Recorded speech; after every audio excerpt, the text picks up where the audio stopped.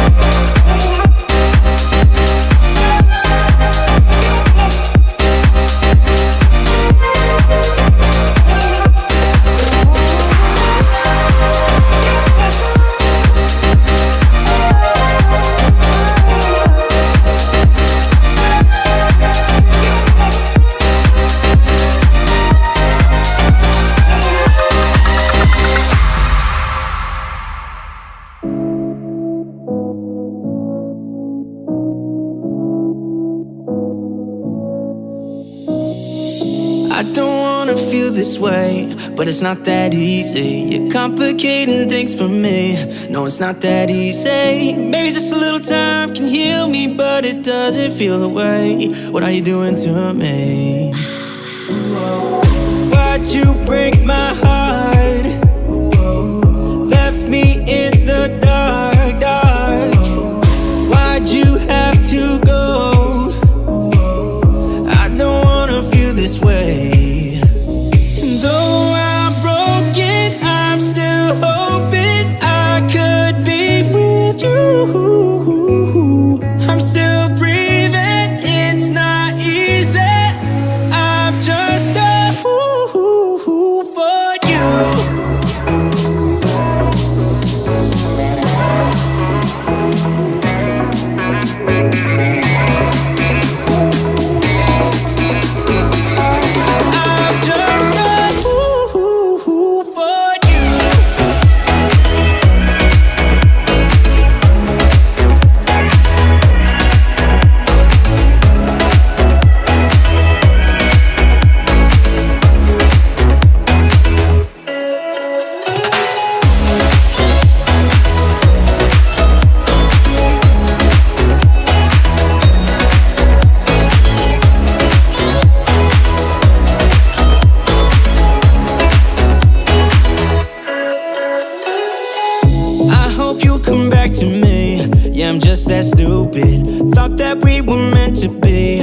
just that stupid. Maybe just a little time can make you change your mind about us. I thought that we were meant to be. Why'd you break my heart? Left me in the dark, dark. Why'd you have to go? I don't wanna feel this way. Though I'm broken, I'm still hoping I could be with you. I'm still breathing, it's not easy. I'm just a fool for you. I'm just a fool for you.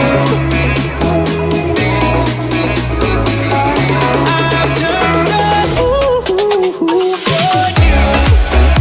For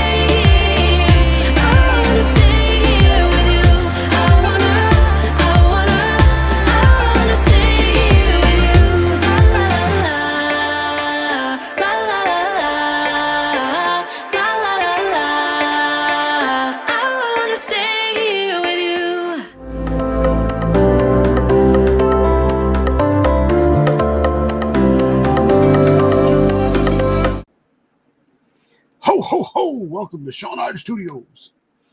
What's up, y'all? Sean here. Hope you're having a good night. Tonight is the Christmas special because Christmas will be over the next time we talk. So Christmas is in like 5 days or something like that. Yeah. Welcome to. I'm already having technical difficulties. My fire just turned off on my main TV. So yeah, I'm gonna go fix that.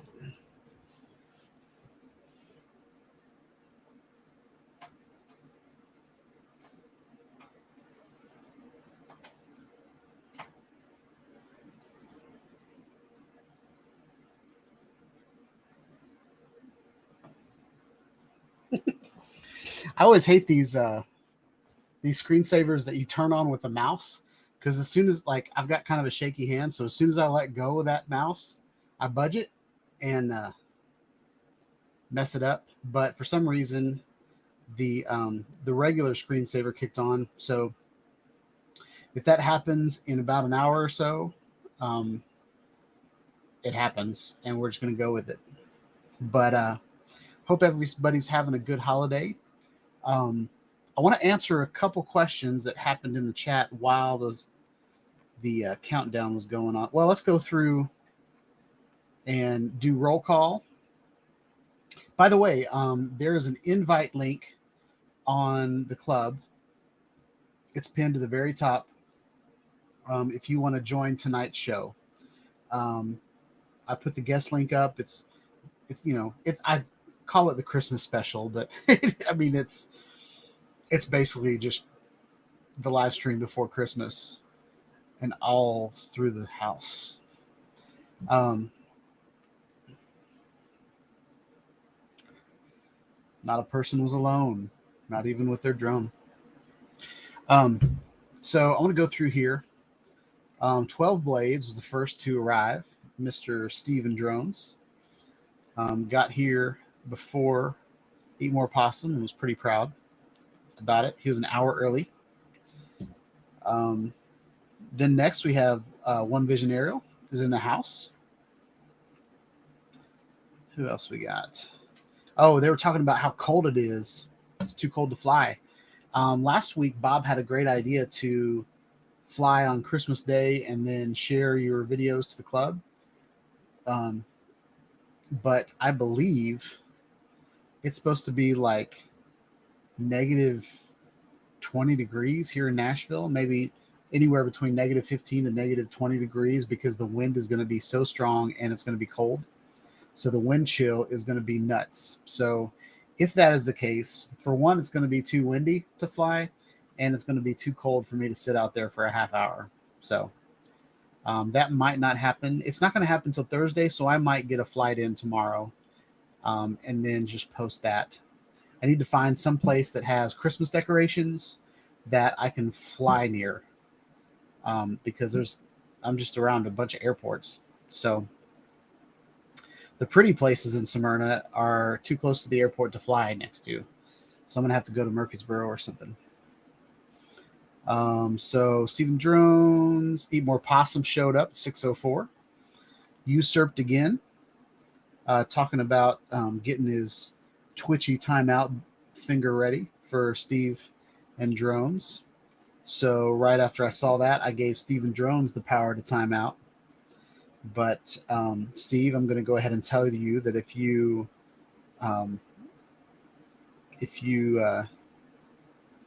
I had the word in my head and then I just forgot it. It is a responsibility to have that power. So if you, I can't think of the word. Just know that I can take that power back away if you use it for evil. So who else showed up? After that, Eat More Possum. I think I just said that. Then Covaction showed up, Mr. Chuck. So speaking of Chuck,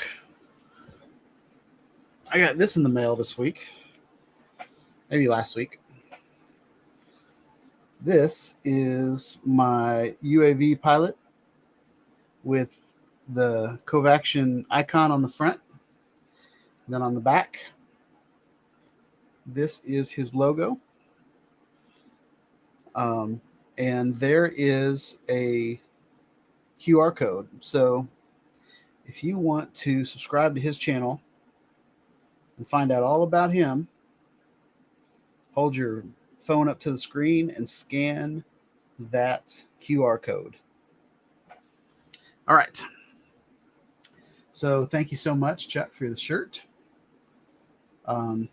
It's been way too cold to wear it outside, but I'll wear it in one of my videos at some point.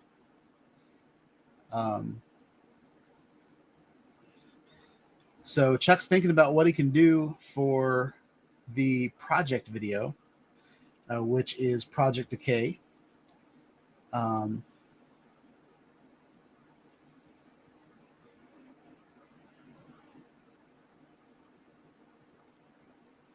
Also, Chuck is going to premiere a video from Alaska, so it'll be pretty exciting to see that video from Alaska. And he's wondering if anybody would watch it if he premiered it on the day after Christmas, December 26th. So if you think that's a good time and you'd watch it, not sure what time, Chuck, if you want to put a time in there, we can let you know if we'd be able to watch it. Also, Chuck asked this question. I see your link for the Insta360 ONE RS 1-inch 360. I used that for my dog sled video. It was really heavy on the selfie stick. Yeah, a lot of the videos that have been out about the Insta360 ONE RS 1-inch is, they still put it on the tiny selfie stick. So I would encourage you to get a thicker selfie stick for it. So I've got it all taken apart right now, but you can get any selfie stick that's smaller than this. Okay. I don't have my tiny tip with me, but it's hard to do without a camera on it.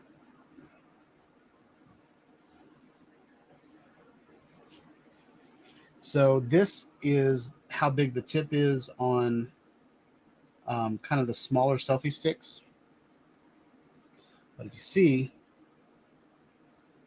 you've got maybe 4 times that size that you can handle and still be invisible with the Insta360 ONE RS 1-inch edition. It's such a crazy name. So yeah, if I put this right there in the middle, you've still got a whole nother, we'll say a third, we'll say 3 times the thickness of this stick. So I don't have it with me in the studio because it's in my car, but one thing that I like to use is a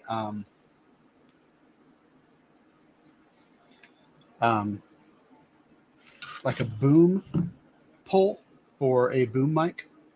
Those are pretty cheap, very, very cheap on Amazon. Maybe let's look one up real quick.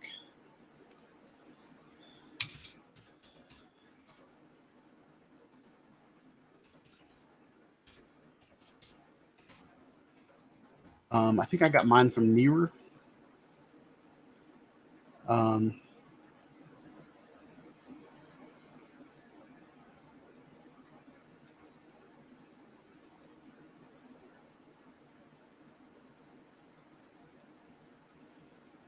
It was pretty cheap, but these don't seem to be very cheap.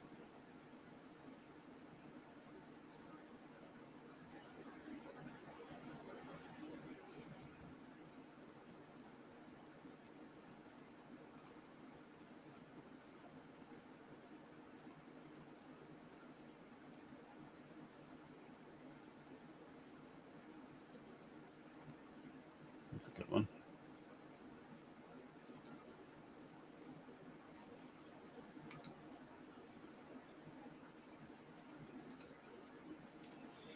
So I'm going to put a link in the chat to the boom pole. and Chuck wants you to check it out.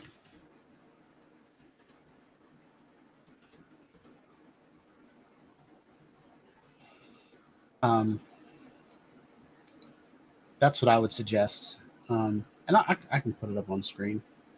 Oh, we got somebody in the house. I'm going to bring him in just a second. So this one's $21. It's pretty good selfie boom pole. So I would use something strong like that. Let's see who we've got in the stream.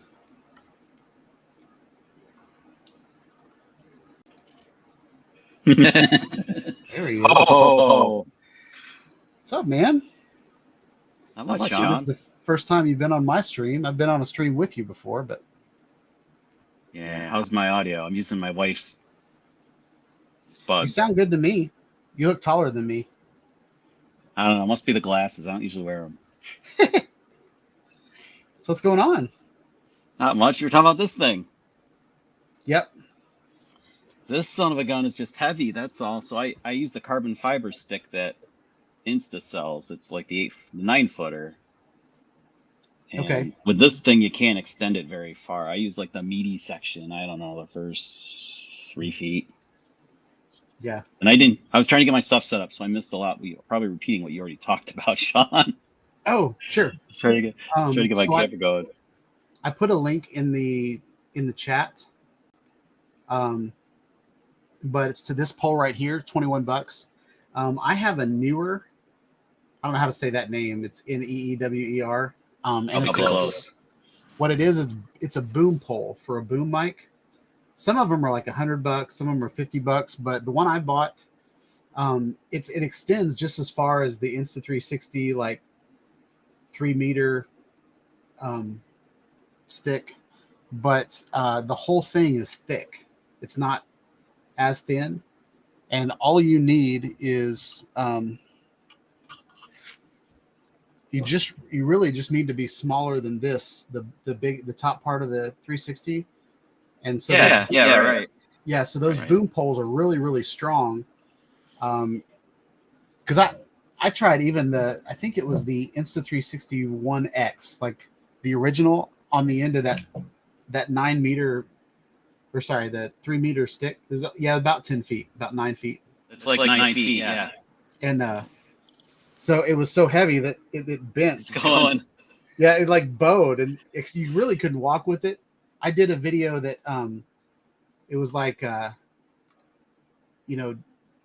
I went places that you couldn't fly a drone, and then I stretched the pole really, really long, and then I acted like it was a drone. So I got drone shots with the 360 camera, and then did some creative editing to make it kind of look like a flight.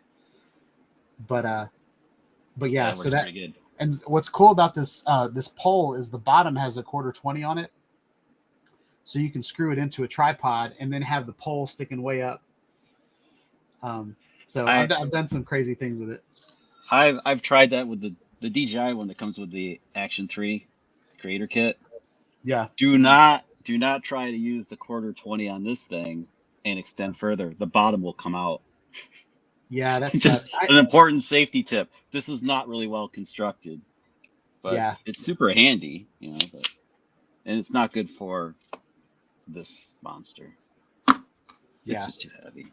But that's a nice selfie stick that you found, and the price, like the one I bought from Insta, the one you were talking about, the 3 meter 9-footer, was like $70. Yeah.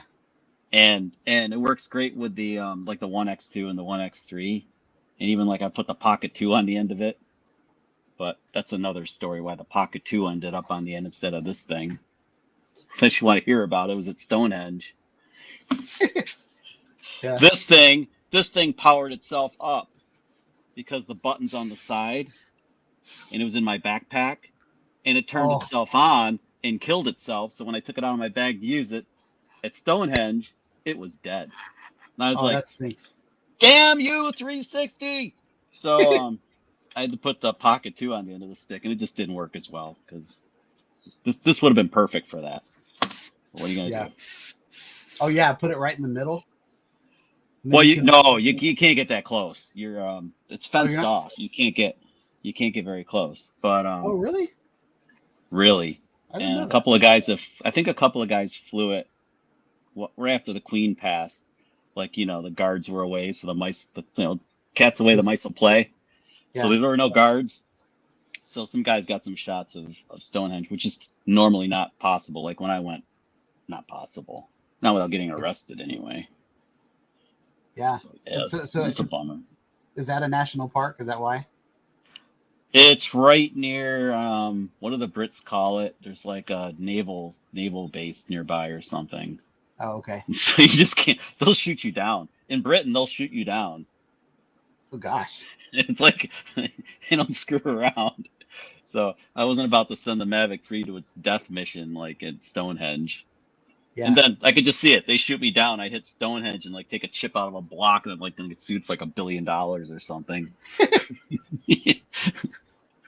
Locked up in a British prison, never to leave. I don't know. Anyway, this is a fun camera though. It's really fun. It's just the only drawback I've found is it's flipping heavy. Yeah. That's all. Picture quality's okay. Yeah. And the dogs didn't eat it. Have What? you done anything cool with it? Like you were talking about like the dog sled. Did you attach it to the sled, or do you hold it the whole time, or what did you do with it? Oh no, I called the helicopter company and told them what I was thinking of doing, and I said everything I had, and they're like, they told me about the dog sled, so I had a clamp for it. It was like a $50. I have like this clamp that can hold like 50 pounds because if it needs 5, get 7. So I roll. So I clamped it on the handle of the dog sled and put the selfie stick up. And did you get the wobble? Yeah, it has some wobble. It's most annoying so it's like the way they did it was there's the dog team, and then behind the dog team is the actual dog sled, and that's what the Iditarod driver is driving. Then you're in tow behind the driver, so that you can drive just like them. You can experience driving behind them, like a choo-choo train. Yeah. So the camera was on the dog sled driver's sled on the handle, and it worked pretty good. But you can see her head, but like her head like this, so I'd like every now and again. But reframing that is like with one of these things, you can reframe it. It's really cool. Yeah, it's pretty cool. Yeah, so that worked out pretty good. It was I don't know if the guys in the chat use one or not, but you can bring your raw footage into DaVinci, and you can use a plugin, and then you can reframe in DaVinci, which is convenient. Oh, that's more cool. Convenient. Yeah, what I do is I do it in Final Cut Pro. Just so I use the Insta360 Studio to turn it into a 360 video. Yeah. Like full equirectangular, and then I pull it into Final Cut Pro, and there's a flat video mode, and then there is a planet mode. And so when I click it on planet, it turns it into a planet, but I can move it out to a flat video. So like I'm not stuck with like a 1080 video. Like I can actually make my project in 4K and then zoom into wherever I want to, like really make the horizontal flat and then move it. Yeah. That's what I've been doing for years. Oh, well, you'll have to tell me more, because when I export the stuff out of this to DaVinci, it drops down to 1080 and it gets kind of mushy. The footage gets mushy, because I don't want to use the 360 in the video. I want the ability to have 1 million cameras in one and reframe. Yep. And then use keyframes to move things around and all that stuff. Yeah, and that's exactly what I do. That's what this thing is for. So, sorry about my phone. That's I'm trying to find my video. I can't see the chat. I gotta get the chat up here. Hold on a second. Failing people. Yeah, I was when I'm a guest on someone else's, I always go to the live stream and then I pop out the tiny little window of the chat. That's what I just did. There we go. All right, people. So are you in Alaska now, or are you back home? Oh, dude, that was August. No, that was August. Oh. I have friends, well, they're YouTube travel vlogging friends of ours that are going like next week, and they're all super excited about going. They're doing 12 days of Vlogmas or something on their channel. But they're going to Alaska. I think they're crazy going in wintertime. I mean, it was cold enough when we went. But hey, it's a really you have to go. You have to go to Alaska at some point. It's freaking incredible. Just have to go. Add it to your bucket list. Do you know what the capital is? Just kidding. It's Juneau, isn't it? Yeah. It's a stupid joke. Juneau? Yeah. Do you know what it is? It's a good joke. I like it. I want to play this video. See if you guys can see it. I'm not going to do something. Are you able to see it? I see a scan through. All right, so this is a reframe that I did in Final Cut. And I have the Instant 360, the original one, the carbon fiber. Zero wobble. Yep. So I did it the Planet, but what I did, and I'm not going to play the music right now because I used to subscribe to a different place, but the audio, I kind of sync the audio with the wobble. So it kind of looks like a music video. It's like kind of bouncing with the wobble. But it was a rainy day. Yeah, I can see the stuff. I thought I could see the stuff, but that's conduit or something. Yeah, I've got a rack on the top, and then there's like poles in here, like pipes going through. Ooh. And then this car came, and I was like, I don't want to joust him, so I was like, I slowed down to make sure I'm going like beside him. Every once in a while, you can see the shadow. I always hate seeing the shadow of the selfie stick. Yeah, it spoils it. Yeah, because like this was a wet day, so actually you can see the reflection on my windshield. There's like a stripe going right down my windshield. I see it. Yeah. But it starts wobbling like crazy. And it looks like I've got like hydraulics on my vehicle. Low ride. Yeah. Yeah. If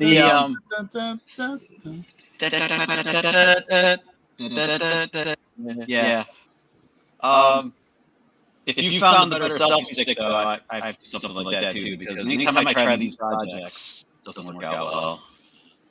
Yeah. Also, Insta360, they're pretty expensive, but Insta360 has like a has something to do with motorsports. Like they've got a stronger, thicker selfie stick on their site. But it's That's more the one I bought. Well, the thick one? I think. Yeah, it's a carbon fiber 9-footer, but it's like heavier duty. Yeah. Maybe it's not the one. Maybe it's not that long. But it's like it's like yellow. There's a yellow band around it, and it compresses down to like foot and a half, like 18 inches, which is really convenient for travel. You can fit it in your bag.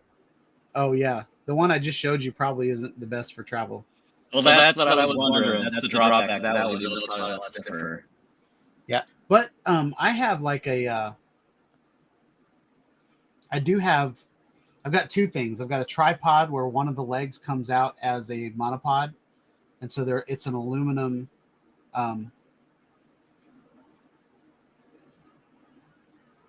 Aluminum. Chris said aluminum. Do I have double audio? I can hear it echo. It's driving me crazy. It might be me turning you up so I can hear you. Try now. Check. Check. No, I get my audio back to me like a second later. Oh, is it because did you still have the live stream up? No, it's muted. Let's see. There's something weird about the earbuds. With the Santa hat, I can't wear my headset. I can't turn my earbuds. It's a problem. Got a problem. Uh-oh. I'm glad your shirt showed up. So, Chris said the double audio is only when I'm sharing. All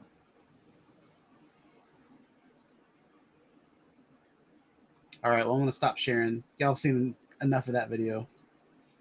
The bounce. I like the bounce. Depends what's bouncing. Probably my belly while I'm walking. This is the only time of year that I fit the season. I'm like a fat man with a beard, big old cheeks, rosy cheeks. What's Steven Drone say? Says Chuck's. Is it mine? You're right. They went away now. Now that you're not sharing, I don't have anything coming back in my earbuds. Weird. Well, that makes no sense because the video I just shared. That makes no sense. Oh, Did you figure it out? We're gonna kill that. Yeah, Steve says okay now. We're okay now. I don't even have the stream up anywhere else. Like I said, I do, but it's muted, and it's not a problem right now. Yeah, I've got YouTube muted on mine too. Yeah, and that usually works great for me. So there's something bizarro going on. Who the hell knows? It's working though. Everything's working. I definitely don't want to put my headphones in because my computer is like way over there. I'm really curious to see what people come up with. I'm curious what I'm going to come up with. I haven't thought of it yet for this whole decay video because I did it too soon, Sean. Last year I did a really cool decay video before it was a thing for your stuff. Yeah? Yeah, that was in January. Is it local? Well, sorta. It's in the Finger Lakes, which is about 45 minutes away from here. And yeah, it's an old mill. It was a mill marked for death. They were going to demolish it. But before they did, Lori and I were there in the winter time, and the fence had been knocked down that was like barricading it. And I look at Lori, I'm like, well, the fence is down and nobody's around. How can we not go in? And she's like, we're probably going to die. I'm like, nope, we're going in. So in fact, we had not this thing, but we had the 1X2 with us. So I filmed some of it with Pocket 2, some with 1X2, and then flew over it with the Mavic 3. So that was kind of cool. And we lived. So since we lived, that made it even better. Because, it could have fallen at any time. It shouldn't have been in there. But I'm just stupid like that. Yeah. Couldn't help it. But yeah, there's a lot of cool decaying stuff, old buildings. Somebody mentioned like a junkyard. That'd be cool. Oh yeah, that's what Steve said that too. And you're like, be quiet. Yeah. Don't give away all the goods. But he did. Because I know of a couple of those places. Yeah, I thought the junkyard was a great idea. It is. Especially like here in Nashville, like they'll let you walk around in them, and you can get all kinds of. With this thing and your drone, you could have a lot of fun. Yep, you can make a hell of a good project. Yeah, or like an Avata. Yeah, Avata. Flying through all the windows and decrepit cars. Yeah, right now I'm talking way too much. Sorry, Steve. But like, yeah, you just gave me a great idea. Yeah, I mean, seriously. I mean, that's personally I would do. But I don't think I'm gonna go to a junkyard. But if I could fly like Chris, I would probably like go. We have here in Nashville, we have a lot on the Cumberland River. We have all these like rotating bridges. I think some of them are train bridges and some of them are like just regular bridges, but and that they're not in use anymore, so they're kind of turned sideways so boats can go up and down the river. Oh, really? It's like it's not a drawbridge, but it actually swings like a crane, kind of. Yeah, it's on a pole in the middle of the river, and it crosses the river, but then it just rotates. Yeah, it rotates. How cool! This way. Like a turntable in the middle of the river. And I don't think they're active anymore. I've never seen one move, but I think it would be. But there's like, a stop sign and kind of like a little thing that comes down to make sure that you don't go over the bridge when it's like the Blues Brothers. Or the Blues Brothers, they jumped the bridge. Yeah. Jake was proving that Elwood, I think El was proving to Jake that the car was capable of cop shocks, cop tires, cop motor, blah blah blah. Yeah. Yeah. But like I've never seen those. Like the wood, so The train bridge is especially cool because it's got, train tracks, and then they're underneath the train tracks are the railroad ties. But when you get close to the edge of the river, there's like actually a wooden base, and like all these like rusty metal trusses holding that base up. And then the bridge actually like kind of goes underneath when it like rotates over, and so it kind of overlaps. Brent's in the green room, I think, by the way. Shame on me. I saw something in the chat. Then we got to talk about bridges. You guys know I'm weak to bridges. Yeah.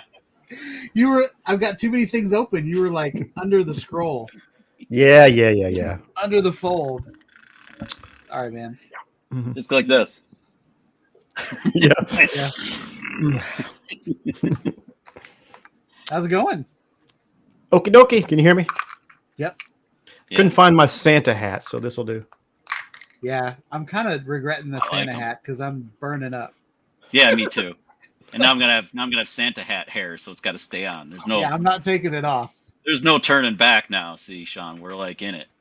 Yeah. Oh, you How got about that? There we go. That's nice, man. Is that the original hat that I bought for myself that I didn't like, so I sent it to you? Possibly. I think I was like, it might have been one of my first projects or something like that. I was like, I bought it, but in my head, it like, because the way it fit on my head, like I think the plastic like stuck out or something. I don't remember. Yeah. It's a snapback. I have a huge head, so it's perfect. Yeah, it fits great on you. It really does look good on you. It didn't look good on me. So I was like, okay, I'm giving this away to someone. Brent won it.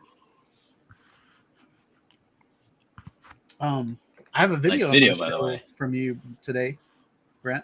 What's that? I've got a video I'm going to show of yours tonight. Uh-oh. Nice. Which one, I wonder? The one you just posted on the club. I think it's an older video. I think I've seen it before. My VO, my trusty VO, yeah. Oh, I didn't think of that. I could post the decay. I could post that long ass vlog. I could take. Well, anyway, if you guys want to see what I did with decay a year ago, you could see. It just happened to be. Yeah, might as well share it on the club. If you want me to show anything on my channel, I will give you credit and send everybody your way. I've already held your shirt up with your QR code. I know you did. Saying, take a picture with your phone. Go support Chuck. You like that? See, everybody's going to do their shirts with QRs now because why shouldn't you? You should. Just like any chance you get, try to push yourself. Yeah, you should put it on the bottom of your drone, and then as your drone flies by, people can see who's spying on them. I have great big stickers, QR stickers on the back of my truck in the window, the back window. Kind of like about that big. Nice. They weren't cheap, but Sticker Mule did them up for me. I think cost me like $1 or $2 a piece or some stupid thing. But I was like, what the hell? Yeah, I always wait for the 50 for $10. They're doing round stickers. 3-inch rounds are on sale this week. It's at 50 for $29. Yep. If you want to get the rounds. Yeah, I've signed up with 3 different email addresses, and so whenever it's time to make stickers, I get that discount code for 3 different accounts, and then nice. Oh, nice. Yeah, they rotate through it so frequently. They'll do like the 3-inch stickers, then they'll do the round stickers that are 3-inch, then they'll do the hologram stickers. They keep going through them, so I mean, you have plenty of chance to like order them up. Yeah. So I have an inventory back. I have a big cardboard box. I just keep. Oh, they're on sale. Okay, buy more. And throw them in the box. The ones on the roll are really convenient because you can peel them a lot faster.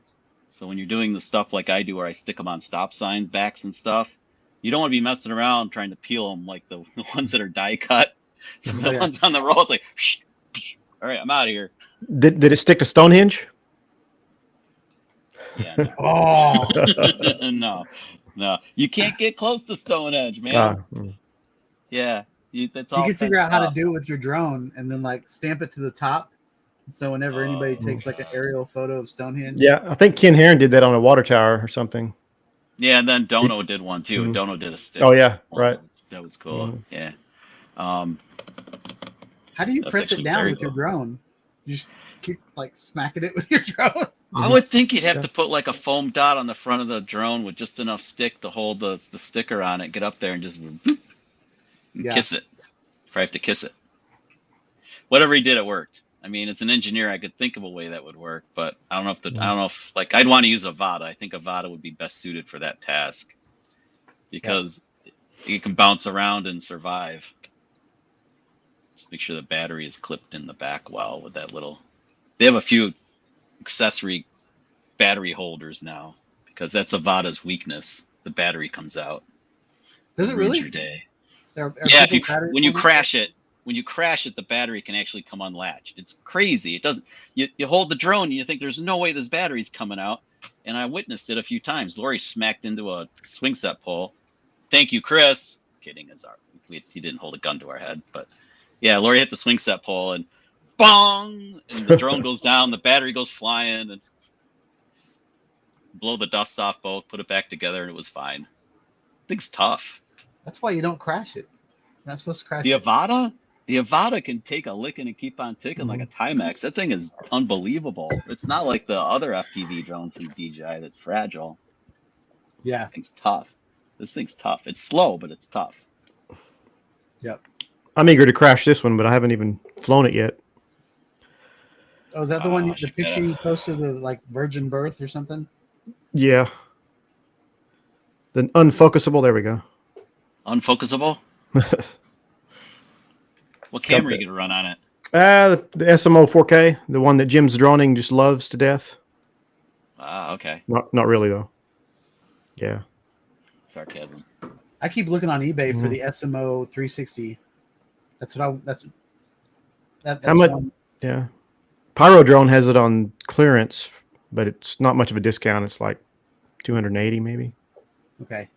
Yeah, I fell. Well, no. I slept on the trigger. There's a guy that was selling it on eBay for $100, and people bid up to 180, and then it sold for $100. So I think he bid with a different account, got it up to 180, so nobody else would snag it, and then canceled at the last minute. So if I would, and I had an alarm set, but it didn't go off. And I was playing Call of Duty, and after my game was over, it was done. I was like, I could have got that thing for probably I was going to put 200 on it, just see what happened. 100's a good price. Going on in the chat, Sean, pay attention to your chat, man. They're well, I'm talking to y'all. They're revolting. Where are they chat going? mutiny. There's a chat mutiny going on. They're all going to leave the chat and come on the panel. Hey, I think Chris is behind this. No, wait, it's not Chris. Bob Casey. Bob's Bob's. Well, of course it's Bob. It's kind of funny. By the way, speaking of Bob, on the club, I'm going to pull this up for y'all. If y'all want to join the chat tonight, here's the link right here. So there's the first thing on the club. But last week, Jim had a great idea. He said he always flies on Christmas. And then Bob said, let's all fly on Christmas Day and then post our videos. So since there's crazy weather coming in like Thursday, like it's supposed to be like -20 here. There's no way I'm flying in -20. I'm not even going to go outside. Hardly. Hopefully the cat on the back porch will die, but just kidding. But on here I put a show me your Christmas season flights. So if you guys take any videos the next week about Christmas, add it to the club. And if you're not a part of the club, pinned to the top of the chat is a link to the club to join in the fun. But yes, Bob, what would you like to say to me? I'm gonna sit in my vehicle and fly. That's a good idea. Now I hear the echo. Oh, is the echo back? Yes. All right. So the share echo. It's a share. So now I could hear it. I could hear what you sounded like. It's like yes. It's not like, because I hear me say yes, then yes in my headset, like a half second to a second later. You hear it, yes, yes, yes. That's so weird. Oh, looks like Bob got his hat. Which hat did he get? He couldn't find a pitchfork, Chris. I think they do a torch mob. You gotta come to a torch. So Bob got the splat. So the Sean Hyde Studios logo with the kind of the paint splat behind it, and I think he got the Navy hat, but I think it's a shorter snapback, and it's the same material all the way around. Can you do two-sided shirts, Sean, or just you chose not to? Spreadshirt doesn't do two sides. They're all front side. Because like Sticker Mule does a nice front sider too. You should get a couple of those just for fun, because they're like what, $10? Yeah. You can, they do them every now and again. They have a deal. You get yourself a couple. I do Spreadshirt so I don't have to buy like 50 at a time or anything like that. Okay. Because I can't afford that. And like the whole point of my store is so that I don't have to buy anything. But I am the only me and Steven Drones about the only people that have bought anything from my store. Nobody's bought like 6 things. I'm using Teespring, or now it's called Spring, and you don't have minimum quantities either. So, and you don't have to stock inventory. But like your shirt came from Teespring when I sent you. Okay. And nobody goes to my store either, so don't feel bad. It's just like, you know, it was fun to set it up and you create the designs and everything. It's just fun to do. But yeah, I give them all away. I buy shirts and give them away. It's like it gets like you, someone to you. My nieces and nephew got one last year for Christmas because, like, you know, self promotion. I got them all hoodies, and the hoodies are kind of cool. I think the reason I picked Spreadshirt is that I don't do it anymore, so I really don't need to stick to that plan. But Spreadshirt had a WordPress plugin that I could make the store look just like my website. So I built my website in WordPress, and I had like a seamless store. But now I just link to the Spreadshirt, all the different shops that I created. So I don't really need that anymore. So I might try Teespring. It doesn't cost anything to set up. So I need to. Yeah, well, you can switch anytime you want. You can experiment. It doesn't cost you anything to experiment. Yep. I can't figure out how to set up a website because so many guys, I have friends that are IT guys. I'm not an IT guy. I need to figure out. To me, we're all YouTubers. We should all have a web page, like a legit web page, and then kind of tie it all together. Yeah, I don't know how to do it. It's called YouTube. All of our stuff is on a website. I haven't found anything good for like designing a web base, like a YouTube series for a web based creation yet. I mean, I can do some tutorials real quick on the AV Club. I mean, I bought my domain. I have my domain. Who'd you buy it through? GoDaddy. GoDaddy. GoDaddy probably. I think GoDaddy has a tool where you can just set up a WordPress site. I think they do, but then some of my IT buddies said, "Oh, don't do it that way. I'll help you do it," and then everybody disappears, so nothing gets done. Chuck, I'll help you, and then as soon as I'm free, I'll help you. And nobody's ever free. So all your IT buddies that aren't around, they're hurting you because they're telling you to wait on them. I know I would say no matter what you do, don't be dependent on anybody else. So I could definitely make a better website because I've been doing it for 20 years. But like, what's the point of the website?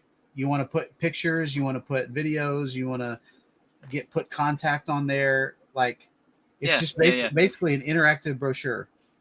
Right. Yeah. Well, for us, it'd be a couple of things because we're travel vloggers. We're not just doing drone photography. We're doing travel vlogging. So we could add the blog bit of the vlog. Right. and that would be cool for us, right? Because we can put stuff in words with pictures to tie it to the videos. Yep. And then of course the channel, and then with the 107, like, do you have your 107, Sean? I think you do. I don't yet. Don't you? Well, I don't yet. when you get that, like I have mine, then you can promote yourself, because like you have a portfolio on your webpage now, and you write your marketing yourself is like, hey, you need me to fly something? I can do that. Here, Yeah. see what I've done already. So yeah, I have to do it. We all have to do it if you haven't already. Yep. My opinion, but I got some of those strip LEDs from Fly High FPV, the real bright strip Oh, LEDs cool. you put around your drone, your Mavic or your FPV drone. I'm going to solder those on pretty soon and maybe do some dusk or night flying. you don't want to put those Christmas lights on your drone instead? There you go. Might get tangled up in the props a little bit if you don't. That could be bad, and I don't think they're going to be good for 3 nautical miles, but they sure are festive up You're right. close. Yeah. You could hang them down. Hang them down from it, I guess. They have mini ones like those, little itty bitty teeny tiny ones. Yeah. They could put them on an Avata. That'd be cute. Need to string some strobes together like this. Wouldn't that be cool? Just a blinding string of strobes. Oh my god, I know some of the Cree strobes are like insane. Oh, yeah. Firehouse. Fly up to somebody with those. First they'll think you're an alien, then they'll be seeing purple spots for like a half hour after you fly away from That's right. No doubt. No doubt. No. Yeah, they've got some like different colors. You can have it like blink red, blink green, and I did that on my Mavic Pro. I went through the trouble putting Velcro mounts on it. I had red and green and white. And I had it marked like an aircraft. Red was on the left, green's on the right. I can't remember. It's been so long. And white was like on the nose. And yeah, I had it all like, it was marked like proper. It was so stupid. That's awesome. It looked cool. It looked cool. Sometimes it show up in camera though. That's what I loved about my Unique Typhoon H that I just sent to Steve. Like because of the lights, you could tell which direction the drone was flying. Like it was a symmetrical drone, perfectly symmetrical. Yeah. So like, unless you had like color-coded lights, you didn't know which direction it was pointing unless you pushed the stick and it moved. And you're like, oh, it's going that way. That's the direction. Yeah. Yeah, well, that's true. I mean, that's the thing it's hard to tell. Like, you can physically see the drone, you have visual line of sight, but it might just be a dot, and you can't tell which way it's oriented. Yeah, the easiest one to see for me is my Inspire, like because it's just so weird looking in the sky because it's the well, it's a big drone too. That's like a good size drone. Yeah, plus it's a good sized drone. It's not like flying like a Mini 3 Pro or something, a little teeny tiny fly speck in the sky. Yeah. Yeah. And the Avata doesn't have any lights on it at all. So it's like I flew invisible. Close to sunset and I took my goggles off just so I could see it. But I'd like where'd it go? It just went into a silhouette of the trees. It was like I just lost it again. So then I moved it back over to closer to the lights and you could find it. Yeah, it was just a bad idea altogether. Avata's a really fun drone, though. It's like it takes all of us non-FPV capable schmucks and puts us behind goggles, which is really cool. I mean, it's marketing genius. That thing's marketing genius. Yeah, I really want a Tello version that I can fly inside, like under couches and super small. Yeah, because I have like a little tiny FPV drone, but I don't know how to fly FPV. So I'll take off and run right into the couch, and then I'll put it back and run right into the couch again. And I'll give you credit if you learn. I think, well, we'll see if Mrs. Claus gets me my own Avata, because nice. Yeah, something like that. See, that's a perfect size. I'll take that size with the capabilities of the Avata, where it like has a horizontal hold and just lose the goggles. Camera on top. Yeah, you have the goggles too, right now, Sean? I do. I think the Air Unit or the Vista, the old Vistas are still compatible. I don't know for sure. I think they are. I think they just did. I think I heard there was a FPV or a firmware update where they're now. Is Chris still in the chat? Look, Chris. Confidence meter, yay! These are lorries. These are lorries. I'm just holding them hostage, but they're lorries. I heard somebody came out with new foam. like legit foam. So if you can take the crappy DJI stuff off and replace it. I haven't seen it like in person yet, but I've heard it exists. So, Doug, the other controller that works with the DJI Avata is the one that came with the FPV, the original DJI FPVs. Yeah, now that I have that and the joysticks and that is now for sale by itself. I don't remember when it came on sale by itself, but I'm going to share. That's why I asked Mrs. Claus. I asked Mrs. Claus for just the Avata. I said I already have I have goggles version 2 and all that. I'll just use what I've got. All right. So I turned audio off of sharing my screen. So now let's see if the echo's back. Let's try. Oh, Echo's gone. Yeah. Gone. sounds good. Fixed. Nice. You're fixed. Did it. So Wow, that's expensive. yeah, it's 300 and it's on sale for What? $300. Holy That's crap. nuts. That's on Amazon. I don't know what it is on DJI. Oh my God, I'm gonna. Oh, part that's out. some third-party seller too. Yeah. Yeah. Wow, because like I have the one from my original FPV, and I know I've already linked it to Avata once or twice, and that's how Lori learned Avata. She was flying with that because I figured she'd go full on FPV, but as of yet, no. Wow, that's a cool site. Let's see. It's good to see the other Brent in the chat. Brent Nunley. Oh yeah, Brent Nunley showed up tonight. I didn't finish roll call, did I? Mm-hmm. No, we interrupted you. I interrupted you. Yeah, I'm always the bad. I'm always the I have bad a hard one. time talking, and I can't multitask when I'm live streaming. When I'm working and I'm on my computer and I'm on the phone with a technician or something, I'll be talking to them, then I'll stop talking. The minute I start typing, I stop talking, and they're like, "Are you still there?" I'm like, "What? Oh yeah, I'm here. I'm here. I'm typing now. I can't talk and type at the same time. I'm incapable of doing that." And they giggle. What an idiot. But then their equipment's working, they hang up, and then they're happy with me, so it's all good. Ends well. Yeah, so there's the foam, but that's the old foam, I think. I'll go. Yeah, I bought that actually.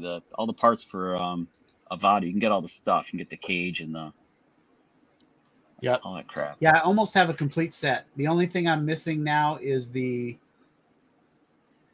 FPV batteries. I mean, like the Flymore batteries set with like the multi-charger, and then the motion controller.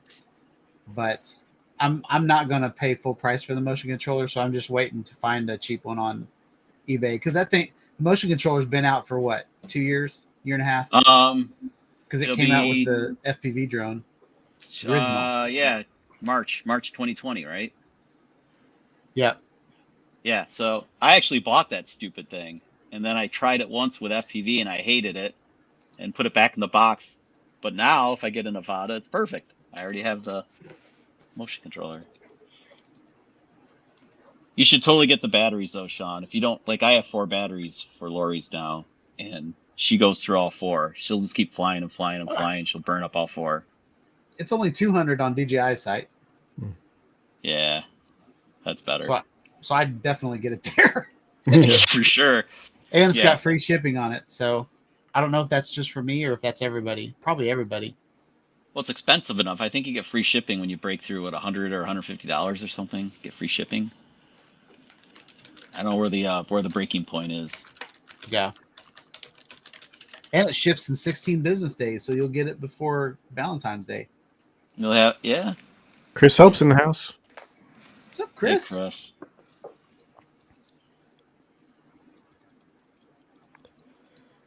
Did you lose another screen behind you, Sean? The fireplace on. Oh. Yeah. So, screen. You got one going.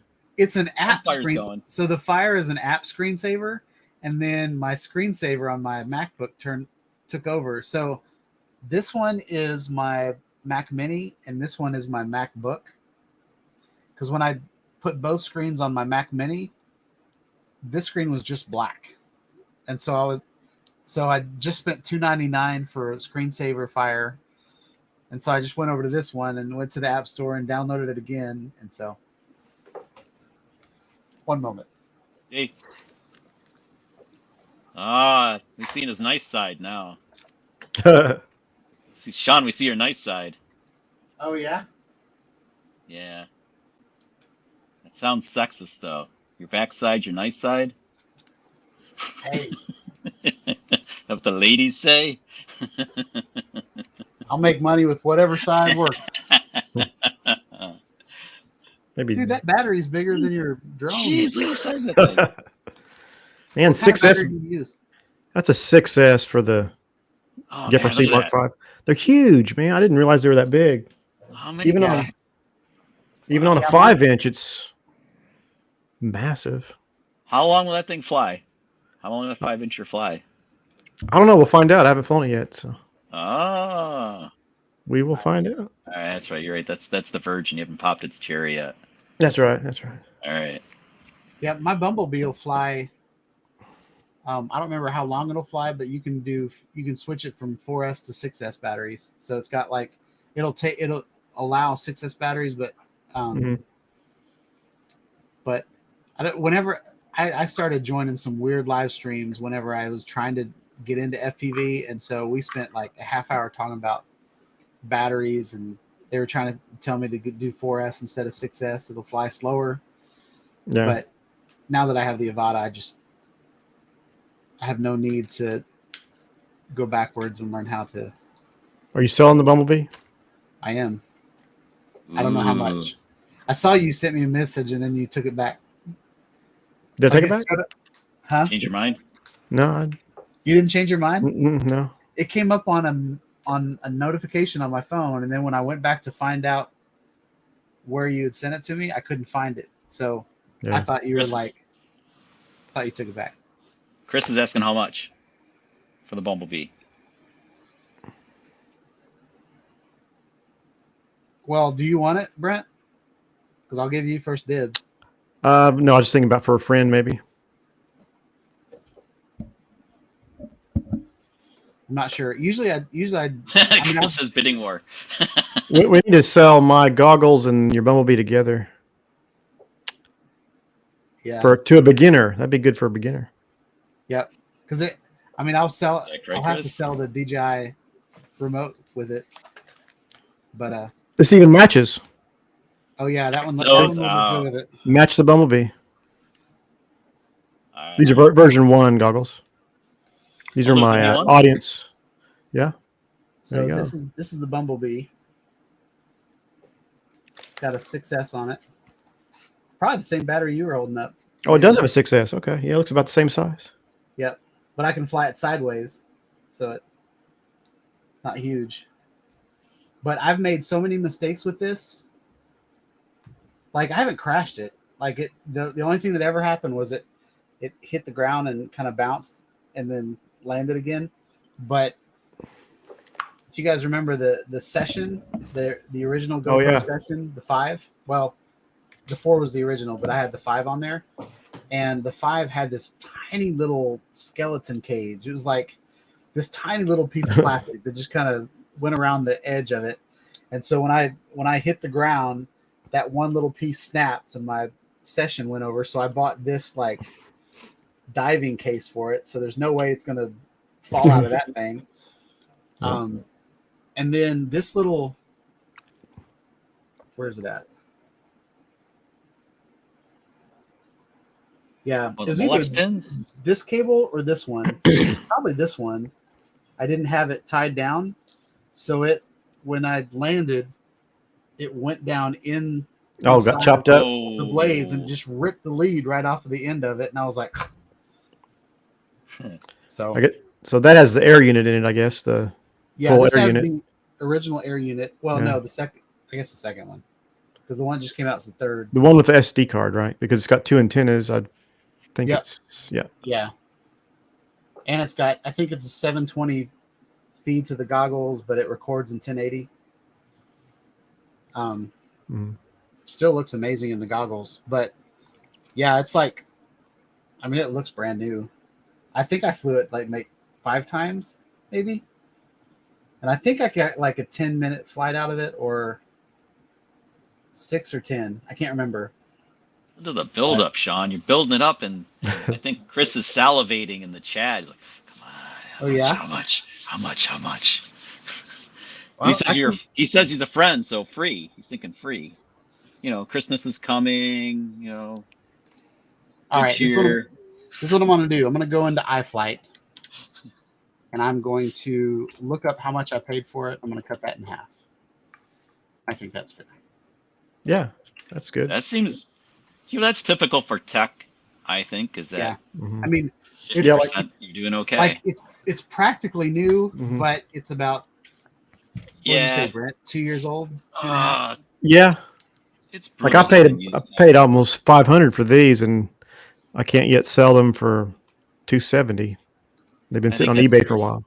Yeah, I think that's true for my original DJI FPV. If I was to sell that, batteries and all, it'd be about like half. Yeah. When I just looked at DJI's website, it's only $800 now, or $899. Yeah, so you probably, but that's not with the fly more. So I'm guessing probably about half of what I paid. I think I paid like, what did I pay? Too much. Yeah, I won't even get half. I won't even get half what I paid. I'm pretty sure. It was probably close to $2,100, I think, between the fly more and the drone back in March of 2020. So I paid $783 for it. Chris says it's a wreck, so it's $200 off. Well, he's taking that off, Chris, and then some. He's already deducted the $200 plus more. It's that was a test. See, it as a drop test. It actually adds value. The effect's been drop tested.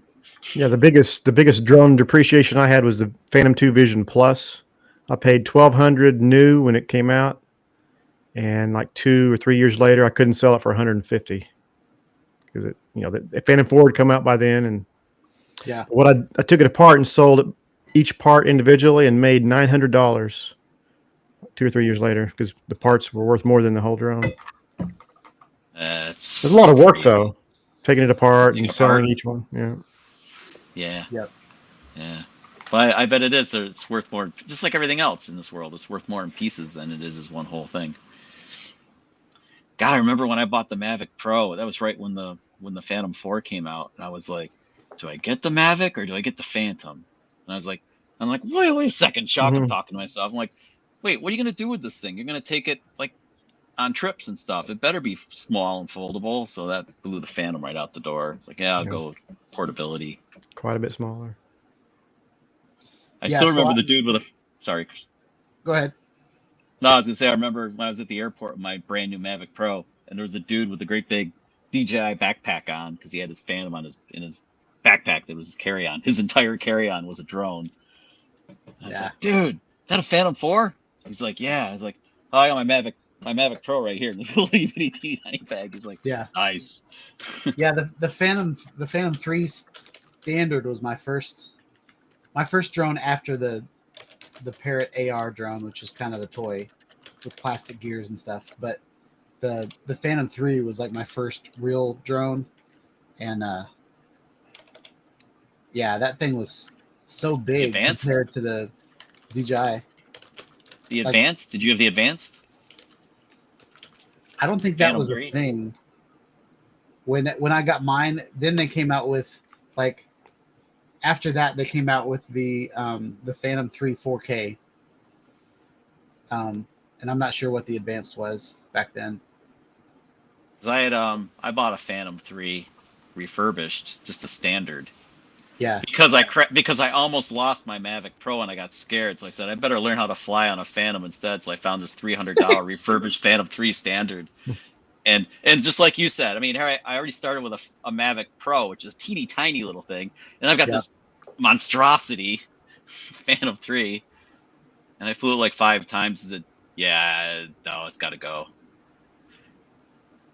Ended up selling it to a guy at work. Okay, so I'm going to go ahead and say it on here. So I got the Bumblebee HD version 1.3 Cinewoop bind and fly.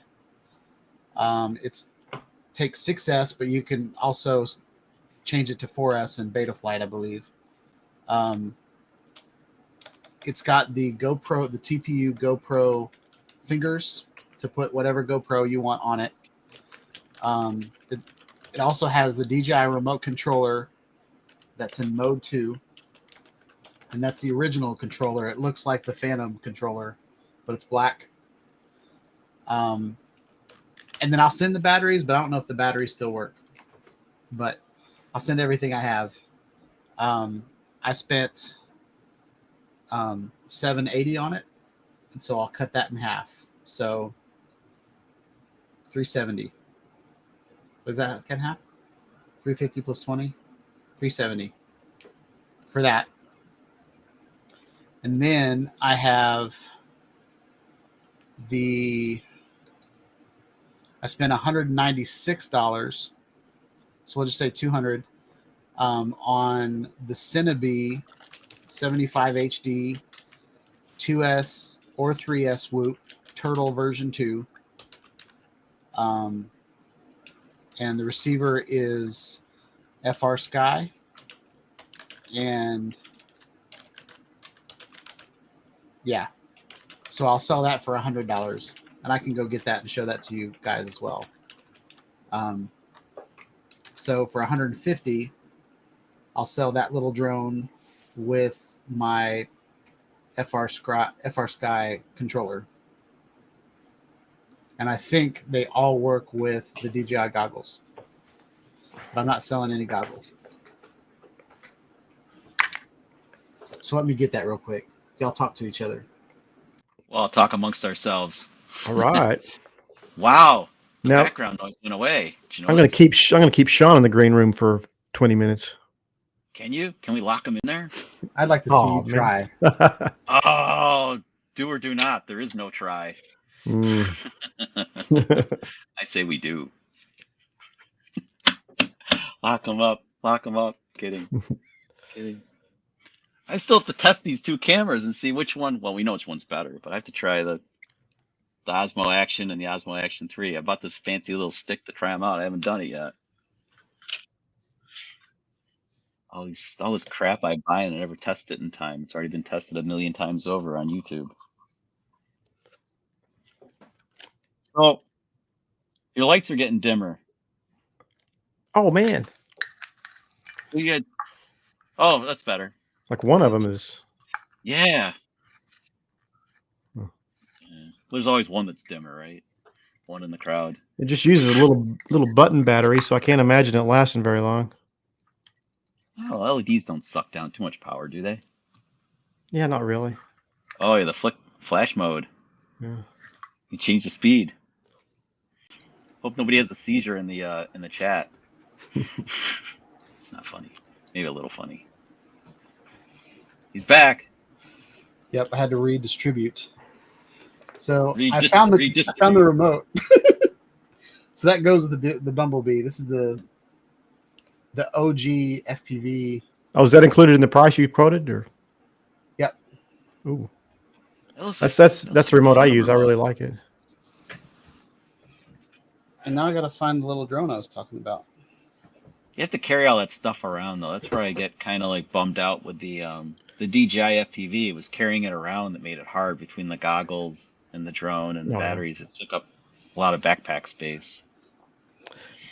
Yeah, we could combine my goggles with your drone packages there, Sean, and somebody could get a nice starter setup.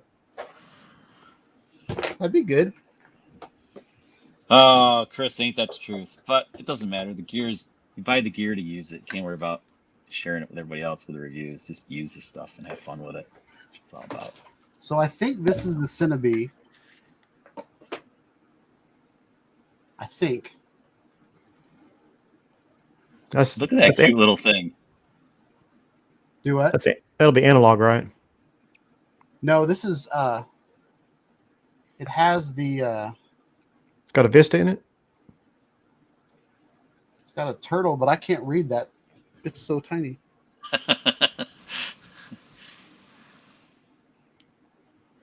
Yeah, I got everything to work with my DJI goggles. Pretty okay. sure. Cool. but I think it's a Caddx. I can't remember.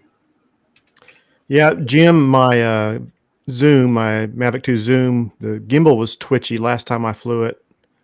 Kind of concerned me. So if it continues to be twitchy, I might buy your Zoom camera.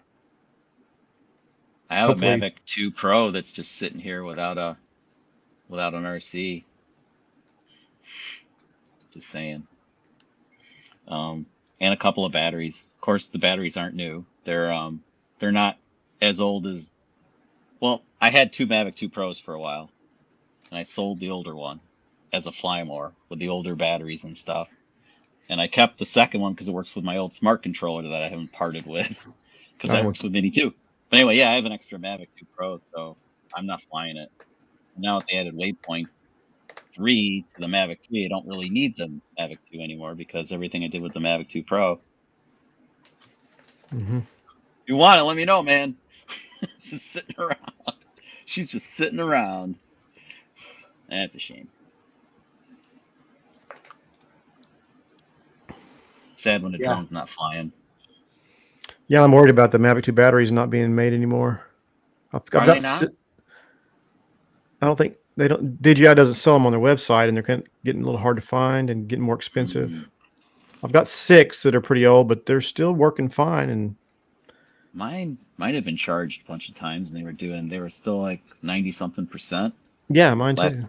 Because I keep track of all that stuff on Air Data. Yeah, me too. Yeah. Yeah, Air Data is pretty awesome. I know a lot of guys like maybe opposed to paying for it, but if you get like is it platinum or I forget what. I had to keep bumping up every time I got another drone. I didn't want to throw out my data. Exactly. Yeah, they got you. Yep. That's how they got you. They know. They know sooner or later the guy's going to get more drones, more batteries. Yep. Keep his flight logs. Yeah, I can't bring myself to delete my Phantom 3 flight logs from years ago. I still have my Mavic Pro stuff's on there. My very first crash. I have the telemetry of the flyaway where it went drifting off. I'm fighting to get the controller. That's the part I love, and then it's got the snapshots of the media you took, and yeah, it's pretty handy. Yeah, it's cool. It's pretty cool, and it gives you little reminders on like maintenance and stuff too, which is cool. So if I was ever to fly 107, it's already keeps track of everything. It's nice. But as of now, I just have 107 and never use it. I'm always a hobbyist. This is a baby turtle. Baby turtle? Yep.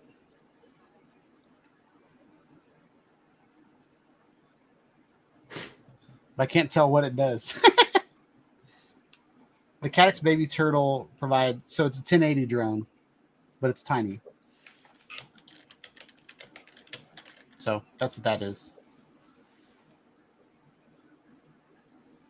Doug says he has a couple of swelled up batteries for you. For the Mavic 2. Yeah. Yeah. I never had that problem, but where I live, it doesn't get that like volcano hot here. It's Africa hot, whatever you want to call it, from Biloxi Blues. So my batteries never had a problem. Do you ever test them, like set them on the tabletop to make sure they don't wobble? That's what I do periodically. Make sure they still sit flat. Batteries don't wobble? Oh, yeah. Yeah, the Mavic 2 batteries. I'd test them. I'd set them on right after I charged them up. I'd set them on a tabletop to make sure they didn't like wobble. Yeah, the bottom would swell if they go bad. Yeah. Yeah, and then they pop off the aircraft and you were screwed. Oh right. Yep. Yeah. So the Mavic 3 is kind of nice that they actually go on the back end of it. You know, pretty much. If it swells, it's not coming out at all. It's stuck in there. I've never had a battery fall off a drone. Let's all knock on wood collectively. Yeah, I don't want it to happen. Oh.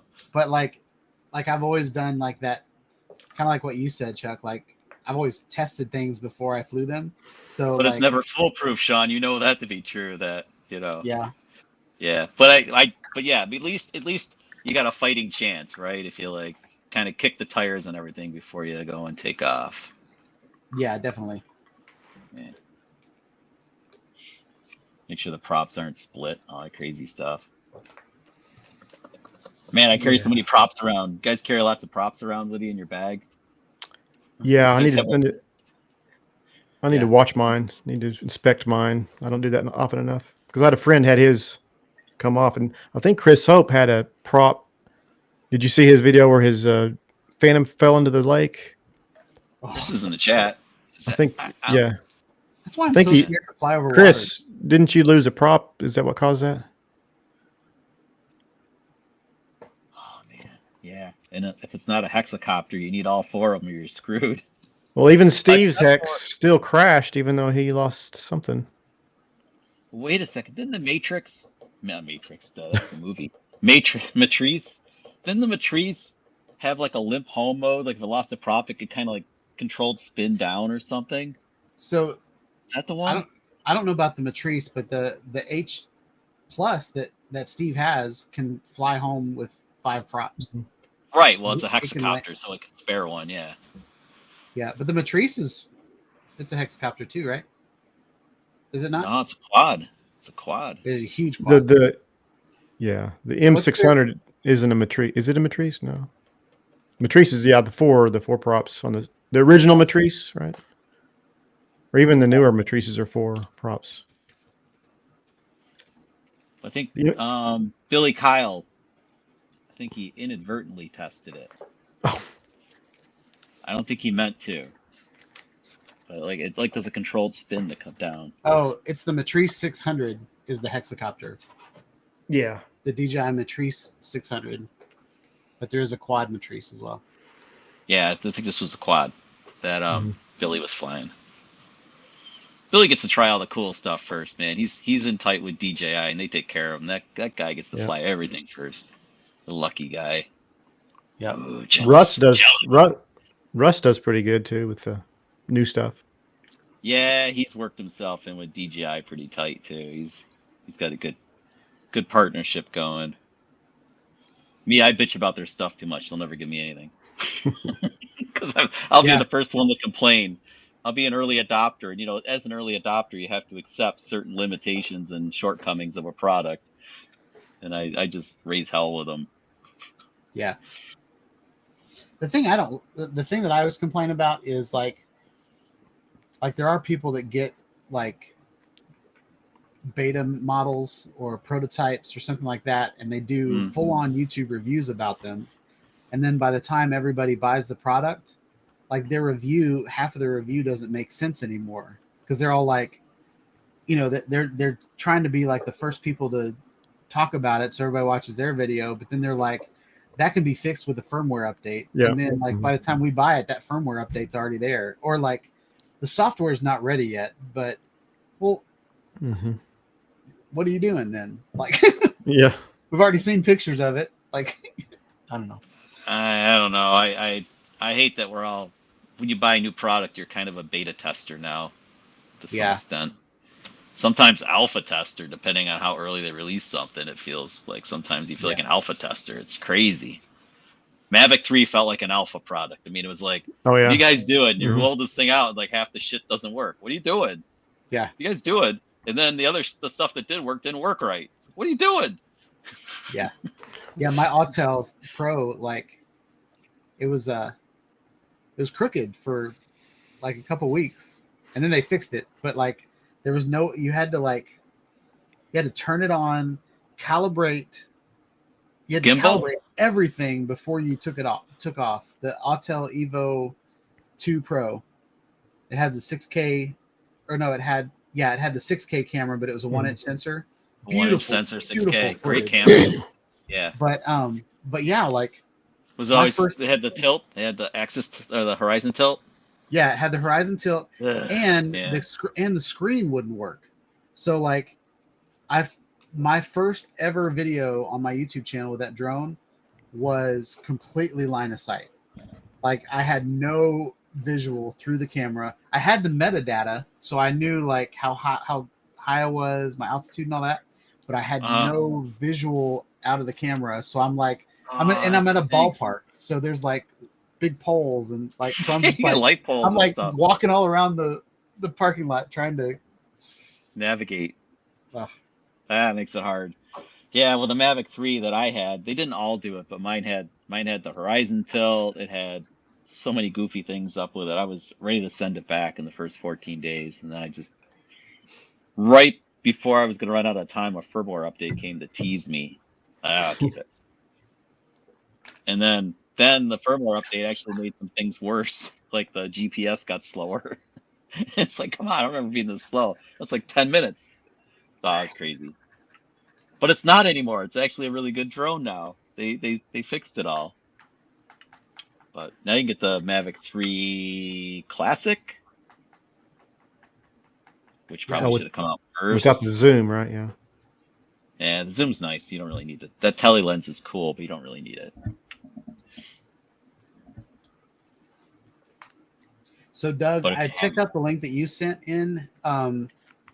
Since Casey Neistat is not in the chat, I can't ask him for permission to show his video on my channel, so I'm not going to do that. Maybe he's lurking. What Casey video? So Doug posted in the chat a video of, I don't know if it's Casey or just one of his one of the people that does stunts for him, but it's a drone carrying Santa Claus, like a guy dressed up like Santa Claus. Oh, I see it. Yeah, I'm remember playing that. it. Yeah. So I'm gonna watch that later. Wow, look at the size of that drone. Holy cow. Yeah. It kind of looks like the drone that, like, remember that drone that I posted or that video that I posted where the guy, he had an agricultural drone that could like hold 5 gallons of water or pesticides or whatever. And he like, I've seen this video. He lifted his son. Yeah. And then his son fell off the drone and the drone crashed. And it's like, you're gonna want to watch that video later, Sean. They show him taking it off the back of like a flatbed. The thing is humongous.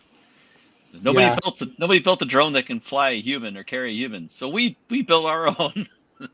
Oh, that's awesome. That's how Casey got to have like millions and millions of subscribers. Yeah. Yeah. He's super I creative. started watching Casey whenever the first, I think it was the first Apple Watch came out, and he wanted a gold one, so he like spray painted it gold. And then I was like, and then I think one of his next videos, like he came to Nashville and like flew over the Batman building, and I was like, man, this guy is just compelling to watch. Like, He's I a really want to cowboy. see what he does next. Yeah, he resonates well with a lot of people, and I'm pissed off at myself because Lori and I could have been vlogging as long as that kid, but I thought we'd have 15 million subscribers, but we probably have more than we do now. But anyway, it's like, yeah, he's a genius. I mean, he's just like, his footage is super shaky, and like there's nothing really refined about the way he uses cameras, but his cinematography has it's his style, the way he shows everything.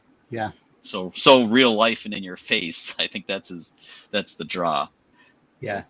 And the girl that was kind of part of his clan for a while, the Sarah Dici, like she's from Nashville, had around the same amount of subscribers that I did at the time she was in Nashville. She did one video with Casey Neistat and then blew up. He had a contest with Job back in the fall, and you submitted a video to him, and he picked five people's videos, 5 creators, and I entered. Lori and I entered in that, and we got some nice. We didn't get selected, obviously, or we'd have like more subscribers. but I'm sure those 5 contestants that were in he did a video with them in New York, and they flew him down and everything back in November, and it was funny because the video was mostly about Casey. It didn't seem like he didn't really showcase the 5 creators that were with him. Like I would have hoped if I was with him that he would have showcased me a little better. I know that's selfish and everything, but you're like, hey, I'm here. You gonna help me or what, man? You're already huge. You gonna help me? Help us little guys. So the 5 little channels, like I haven't looked to see how they're doing, but I bet you're doing great. Yeah. But yeah. But they were all individual creators too. There were no duos. So maybe Lori and I as a duo, we weren't what they were looking for. They didn't say anything about that. But anyway, I do like his style. I love him and I hate him at the same time because I'm like, man, look at that guy go. Look at him go. He used to get in trouble flying drones in New York wrong all the time. He's been fined and everything. Yeah. I always liked him because he was honest. Like whenever the oh crap, what's the name of that company? What's the drone that could like the AI drone that would just follow everybody? Oh, Skydio. Okay, so Skydio like 2? the original Skydio, The that original was like, Skydio looked like a box, that one. it's like $4,000 or something. Like it's crazy. Like nobody's gonna pay that much for this drone. Casey took it to a park and he didn't fly it. The person from Skydio flew it, and it just chased him. I think he was on a boosted board or something like that. And he was going around the park, and so the drone was like going around trees and stuff like that. And Casey like showed the footage. He was like kind of the first real person to talk about this drone, not like marketing material. And he was like, I mean, it's kind of cool that it follows you around, but the footage kind of looks like somebody doesn't know what they're doing. Like, like the drone would like, it would keep you in the frame, but it would be like, it'd go over here or get around a tree, and then it'd go up here and then go around here. And like, it was just looked bad. And it wasn't like a nerdy guy that was like, oh, it's just amazing that it can follow you and it can go around a tree at the same time, which is amazing. But like, he was looking at it from like a film, like a videographer that was like, I would never use that footage in anything. Yeah, and Skydio 2 fixed a lot of that. The Skydio 2 is much more fluid in its movement, so it's still a little janky, but it's most of the stuff you get out of it's very usable. The color profile sucks though, and they need a new camera, but right. I don't think Skydio, being so involved with enterprise now, they're not going to give the consumer market the time of day. That Skydio 2 is what it is. Yeah. That's sad. That's sad because like DJI's tried, Autel's tried, and nobody can match the obstacle avoidance that Skydio 2 has. Nobody, I mean, they just can't. Yeah. They just can't. I would love to try the new Parrot, the Parrot AI. Yeah. But that's like an $8,000 drone. It's got like a cell phone in it, so you can, huh? Yeah. Yeah. Tell me you want to review it. Say, hey, Parrot, let me test that thing out for you. Yeah. I'd be afraid I'd be the one to crash it and then be liable. You can't be liable. They asked you. I'll test it for you. If I crash it, I'll make a hell of a video for you guys, though. Yeah. Probably for marketing guys probably disagree with that statement. Yeah. Yeah, it's good for Sean, not good for Parrot. Right. Yeah, some of my best videos or most watched videos are when I screw up on something. Of course, yeah. Like when I drop my camera from the drone, or I crash my Segway, and then like the whole point of that video was just to show that the GoPro Max lens protectors actually protected the lens, because that's quite a sacrifice for testing 300 pounds on it. I'd say. Yeah. Oh. Do you use lens protectors on your 360 camera, Sean, or are you going going naked? I did that day, but even on my me either. Raw, baby. I like to go bareback. topless. We go bareback. Yep. Yeah, I used to. You bought it for the glass, right? You didn't buy it to put some piece of crap plastic in front of it. Yeah, and the protectors now are like stickers. It's like yeah. It's like a transparency. Yeah. Nah. I mean, actually, I didn't do did you do the protection on your Insta360 stuff? I haven't done any of that in a long time. I don't do it either. I just take my chances. I figure if I ruin it, I ruin it. Yeah. Get fixed. They'll fix it. Yeah. I've done it for so long that I don't make those mistakes anymore. Like, well, shit happens, but yeah. Well, I don't do things like you do. I'm not on a dog sled in Alaska. Like, it's so worth it. I'm literally standing in a parking lot with it on a tripod, and then I use Final Cut Pro to patch the tripod out. But the whole point I had this was Lori and I had booked the helicopter trip, and I was like, Lori, I'm going to buy a new camera for the helicopter trip. She's like, why? Because it's like a once in a lifetime trip, and I think this camera deserves to be there. So I'm just buying it. She's like, "How much?" I said, "Don't ask. Yeah. just don't ask. We're flying coach. We'll just tell you that. Just don't ask." Oh hell no, no, we don't fly coach. We're in the back of a cargo plane with a goat and a chicken. That would be a good. That would be a great vlog, actually. Can you imagine? Oh yeah, totally. If you could survive it, it's like that's not. Is that part of the aircraft pressurized? The cargo hold? I don't think so. Well, It'd be pretty damn cold. It's like minus. When you see the telemetry in an aircraft, when you're in a plane and they give you the telemetry, they show you the outdoor air temp, and it's like minus 40 something degrees Fahrenheit or something. It's crazy. Well, if that's where the pets go, then it better be livable. pressurized. Yeah, right. Yeah, you've got to be able to breathe in there. Yeah, it has to be. But I'm saying if it's not, you're screwed. But if it's only available for caskets or things that are already dead, cold storage, keeps them fresh. Yeah, cold storage. Well, it keeps them from decaying further. That'd be a good decay video. Oh, yeah. So we have like 3 months before it's due. So you could actually do like a time lapse of something decaying over 3 months if you wanted to. Yeah, there's a lot of cool stuff you could do.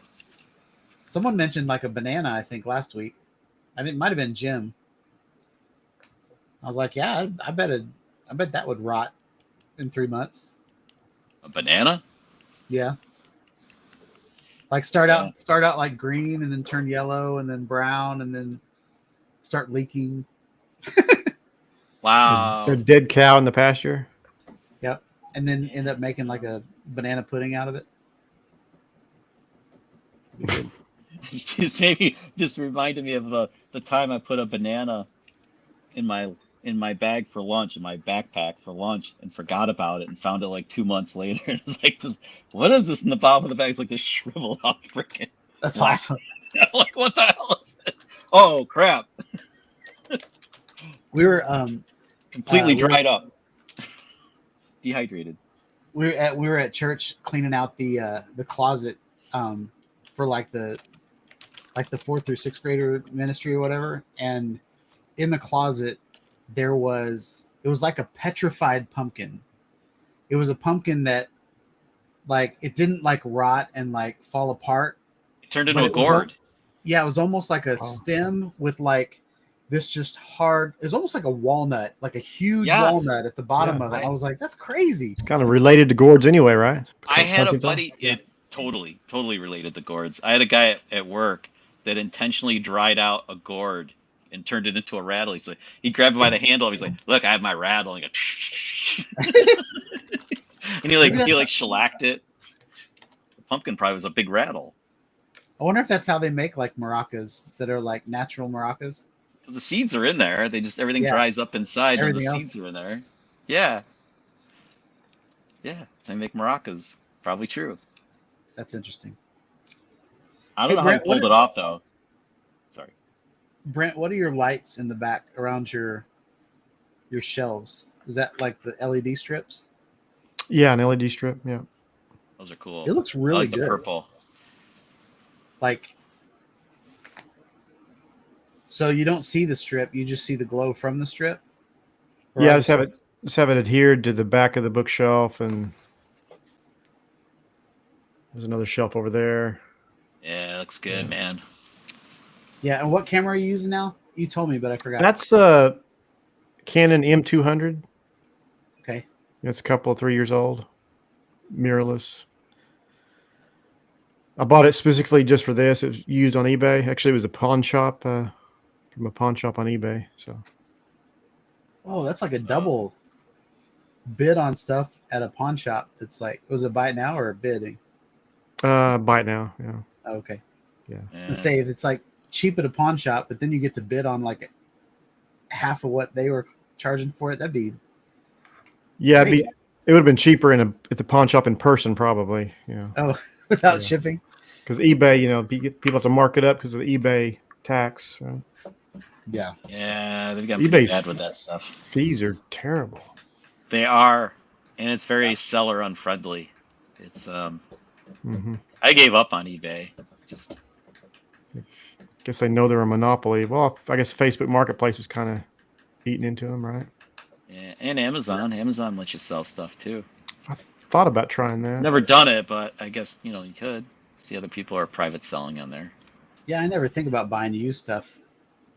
I always see like people scamming on Amazon where they're like, Yeah. go to TJ Maxx and then see how much it costs on Amazon, and then you just made $2 a product, so you buy all of them and then buy them at TJ Maxx and then sell them on Amazon. Mm-hmm.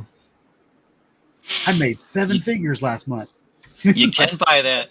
They have that like mystery where you can buy like mystery palette of stuff from Amazon, but like think of the work that has how much time do you have to spend going through that palette of stuff and picking out the things that are marketable and then making sure they work and everything and then selling them?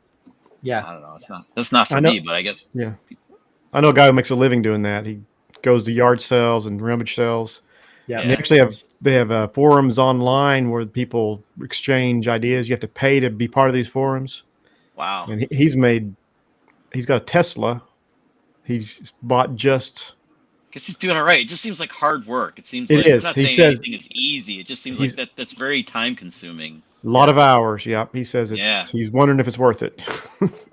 yeah. Yeah. I wonder that too. 'Cause it seems like, just there's so much upfront work. Yeah. And if you slack off, then your car payment's not going to be made.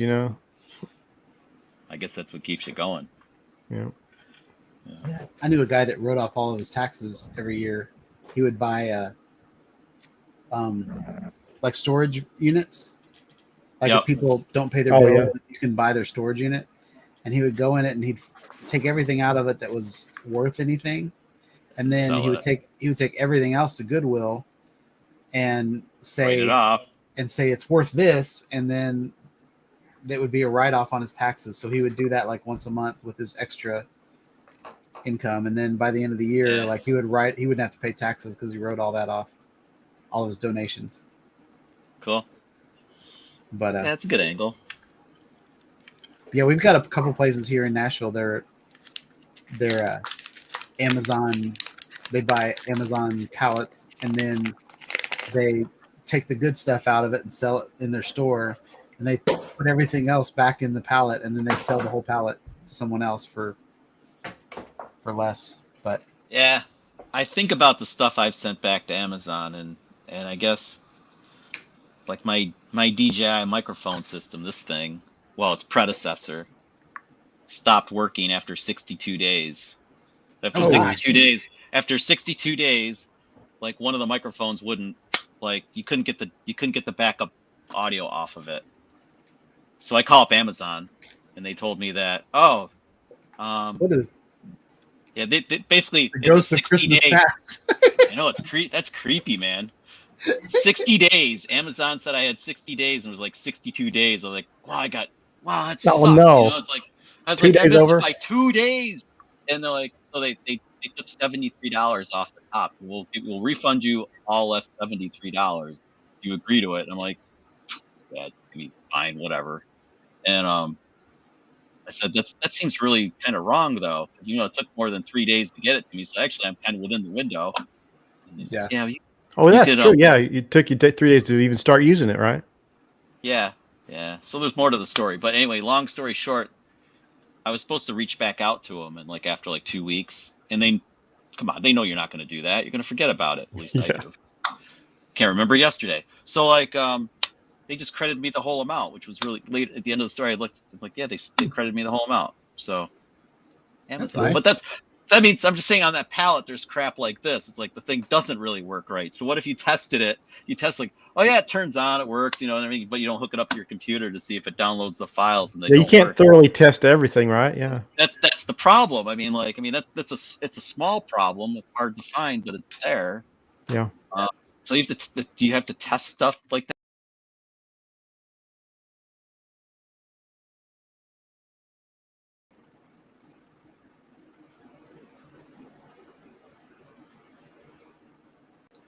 You killed us. That was weird. Like It was my light must have done that. the stream kept going, but like all of our cameras just dropped off. Everything went It's like you didn't pay your YouTube bill or something. I didn't like what. So how long we've been going? We've been going. Oh, we still haven't hit 2 hours yet. So I don't know what just happened. Bob Casey said, It's "Poof." crazy. It just went poof. It's the LEDs. Yep. I feel like I've been neglecting the chat tonight. I've been bad on the chat. I feel like Chris asked a long time ago about did Casey follow Lance Armstrong with the Skydio, one of those videos, and I can't remember. Did he? Do you guys remember? What was the question? Sunrise Media. Chris, he was asking if Casey followed Lance Armstrong around with like a Skydio 1 in one of the videos. Oh, I don't know. I didn't see that one. Lance the cyclist there. I know he can like not be on YouTube for an entire. I think he took like a whole year off. Took a year off. In one video and millions and millions. He's back, like he never left. Yeah. Yeah, I know. I hate him too.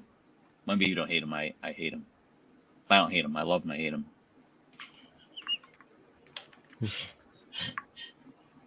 I want to know what he did. How was he just in the right place at the right time? What was the trick? Is that what it was? He was like the granddaddy of like vloggers. All right, so this is the question. Didn't Casey follow Lance Armstrong? That's like the astronaut, right? No, Lance is a cyclist. That's the cheating bicyclist. Oh. Who had the cancer and astronaut? survived. It does a Livestrong thing now, yeah. What's the astronaut's name? Neil Armstrong. Neil Armstrong, okay. You know, one small step for man. Wasn't there a Lance? For mankind. Lance Bass wanted to be. Okay, so Lance Bass from NSYNC wanted to be an astronaut. And then Neil Armstrong. So I got those two. Did Neil Armstrong have a Corvette? I think they all the Apollo dudes had like Corvettes. Oh yeah, because they were super cool, and they all had good ones. They had mid-years. They had like 65, 66, 67. They had the cool ones. Well, 63, 4, 5, 6, 7 mid-years. Badass vets. Brent, Gary says you've been naughty. So yeah. Oh, we'll keep an eye on the chat. Shame on us. We've been having this conversation, and all we have to do is look over at the chat, and it's been bad.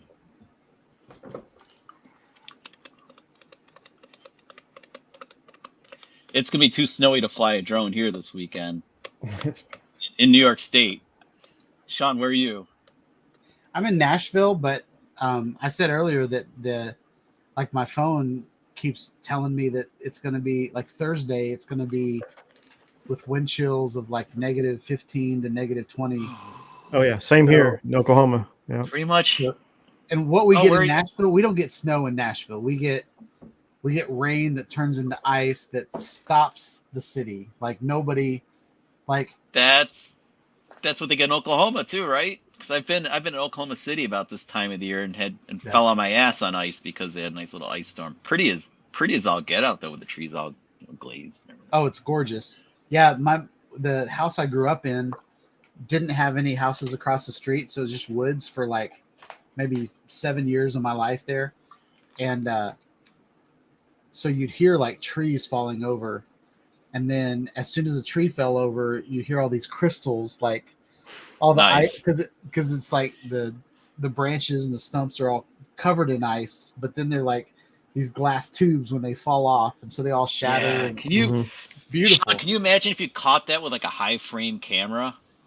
Oh, I know. Like oh yeah, that'd be so badass. And if the light was just right, yeah, it'd be great. Yeah, that's the money shot. Be awesome. So I've got a couple cameras. Perfect decay video. Video. Yeah. I've got a couple cameras that are 4K, 120 frames per second. So I can put that, and then I can just drive my Avata as fast as I can into the tree. There you go. And then all the ice falling off of the branches. Well, you're gonna need like what Chris Rollins uses. Doesn't he have like a 1200 frame per second camera that he uses for some of his videos where like he just decapitated a dude, kind of. I haven't seen it. Dummy. Maybe I haven't seen them, but like most of them are really, really poor quality. Like like 320p or something like that. Like Not Chris's. He must have Chris spent has a good one? thousands on this thing. Yeah, Chris Rollins has really good gear. Like, check out some of his videos. He's a drone guy. In fact, he's killed a few Mavics in his life. He's done some videos where he actually killed the props on a Mavic in the air.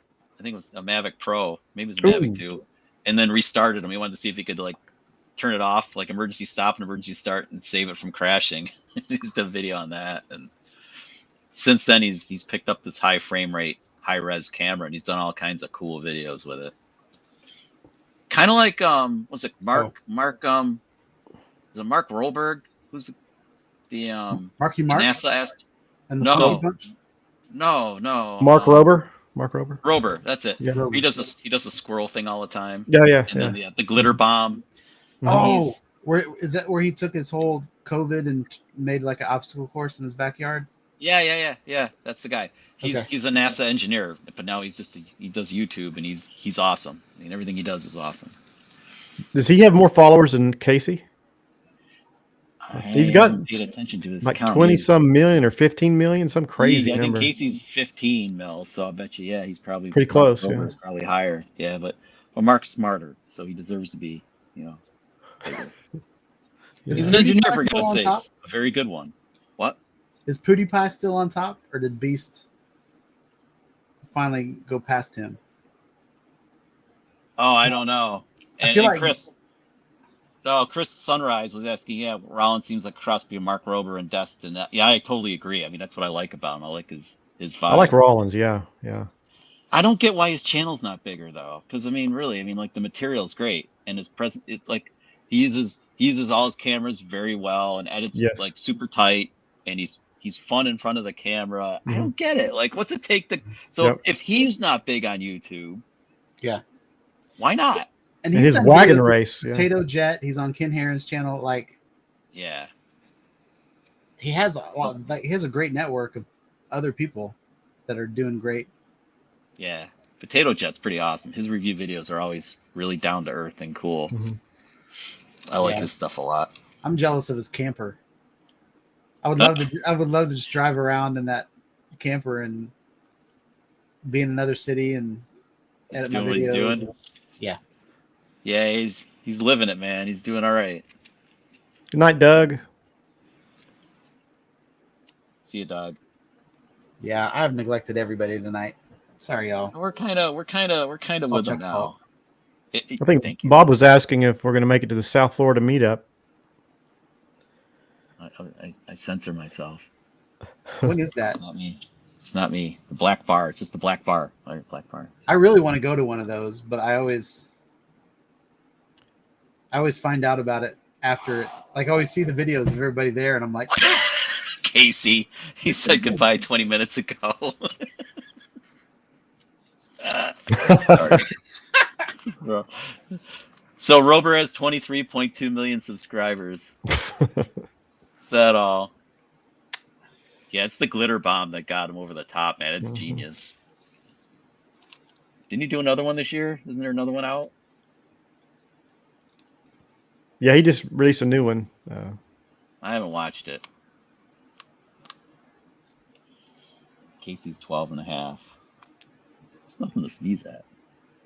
yeah, I feel like I let Bob down. He You gets to let show Bob my down? videos hat this week, and all he does is just cause trouble. He's a troublemaker though. Who asked about the South Florida meetup? I think it was Bob. Was it Bob? Never hashtag never let Bob down. Nice Yeah. guys. Oh, here it is. Yeah, Bob.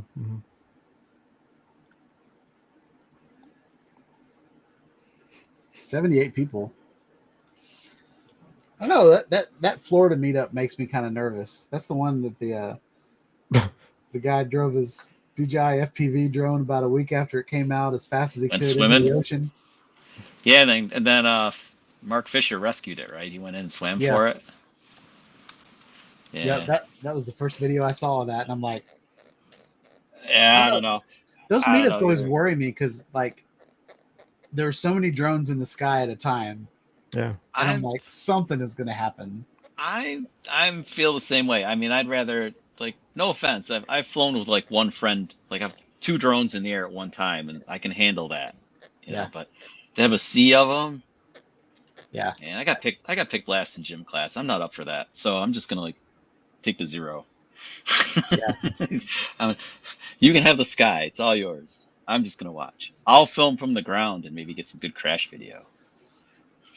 Yeah. I've got a nice zoom lens.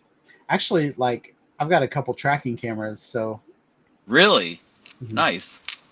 I've got one. It doesn't take very good video. It's what's the name of that camera? Hashtag neglected. It's not my OBSBot's great. I've got a couple OBSBots, but this is the tiny one, but the big one looks just like this, and it kind of follows It'll things actually around. track. Yeah, Very cool. my latest one is a gimbal for your phone, so it's got a camera on the bottom of it that tracks me, and then I can do whatever I want to with my phone camera. So that's kind of in my car all the time. But the other one that I had is Solo Shot. That's the name of it, and it has a zoom lens on the front of it, and then it has it's got GPS on the camera, and then it's got this little tag that you put on things, and it'll point the camera wherever that tag is. So you could surfers put it on their on their shoulder or like on their arm strap or something like that, or like soccer players will put it on their feet, on their laces or whatever, and it'll just sit there and just follow them wherever they go. That's cool. I've got a video of the DJI Air 2. Maybe it was the original Air, and I strapped the GPS on top of it, and it just kind of followed my drone around everywhere it went. That's super cool. Yeah. So Gary says Rubber's video got 14 million views in 4 days. Wow. Impressive. Half of those were porch pirates, probably. Trying to figure out how to get around Mm-hmm. Rober. Yeah. Everybody knows about him now. Like, remember the first one was great because nobody knew. By the next year, people like recognize it. Yeah. This is that guy. Don't get it. Leave that box in the car. Yeah. It's great. Oh, man. There's Johnny Drone Flyer, and who else is in there? We got to have a Central Tennessee drone meetup. There's some nice state parks in Tennessee that Steve and I could bring our campers down to. Yeah. When you want to do it? Let's do it Thursday. It'll be below 15. Oh, man. I'm just kidding. Yeah, see, that would be me, the guy with the big lens. I would just be hanging out. Yeah, you have to. I probably wouldn't fly either. I'd just take my DSLR or something. Like, I'd do something where, like, there's Matt. You know, like, hey, Maddie. Like Ken flew by himself and everybody watched. I'd do something like that where there's no other drones in the sky, or I'd put my Inspire over, or my Air Mike a couple blocks away, and I'd point at everybody else. But yeah, there's a lot of people that I've chatted with that are there. Yeah, I've been on chat with Maddie and Adrian. There he is. Going for the drone. Oh, yeah, that's it. Man, it sure looks windy that day.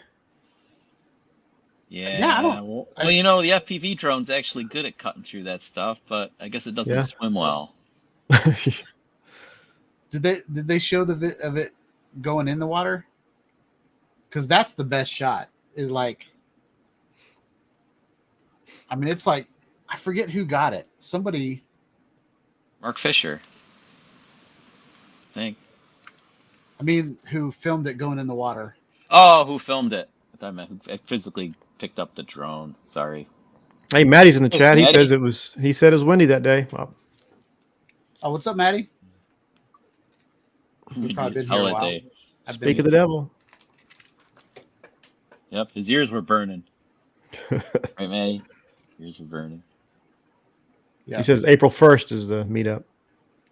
Oh, I got time to I really want to go to that. It's just the time of the year is bad for me because like I'd have to go without Lori.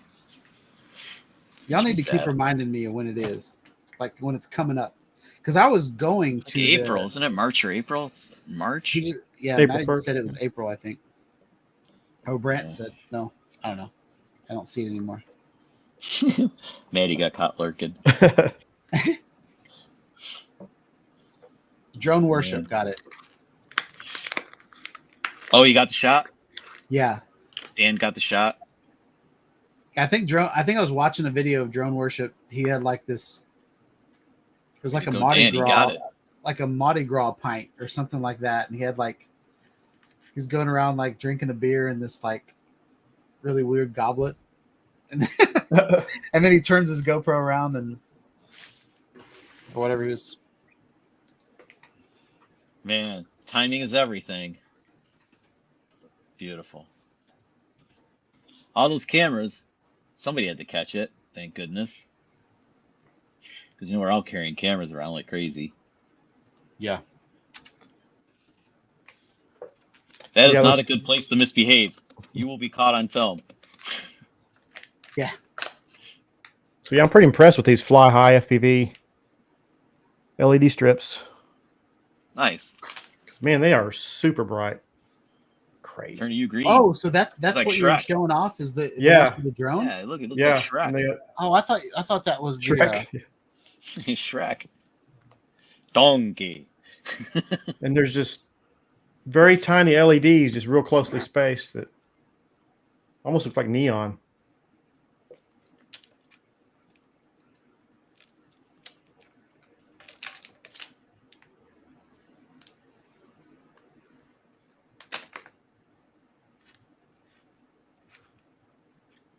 Trying to find where it's at. So that's Water even looks cold. Cold and murky. they're looking for it. So I guess this is after it happened too.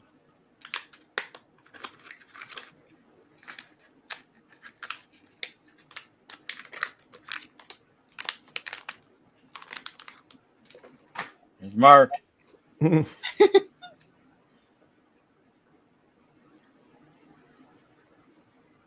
Yeah. There's Maddie right there. All right, I'm gonna try to find it. Gonna find it. So, Brent, does your LED strips they solder right onto the board? Yeah, he's got I think 4S and 6S and then some 3S. I believe that's what he has. You can just solder it into your. So you can pick up juice right from your battery pack, basically. Yeah, I think so. Yeah, that's what I'm going to do anyway. Probably Yeah, put a it's little a good idea. connector. Mhm. Yeah. Yeah, can you Like use carry- like one of those adapters for your balance I lead? think you probably could. Yeah, You just plug them into your battery on the Yeah. other. if you didn't want to solder directly onto your main board. I don't know. It seems They've got- cleaner if you just messier, but well, trickier, but better to solder to the main board, get it done. And you can put Which a is little connector less- if you wanted to disconnect it.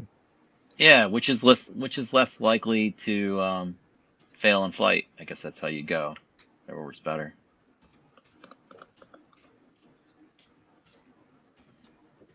It's like the who's who of the YouTube drone community. I also bought a set of ice blue strip, but they're not pre-soldered, so I'll have to. See ya, Chris.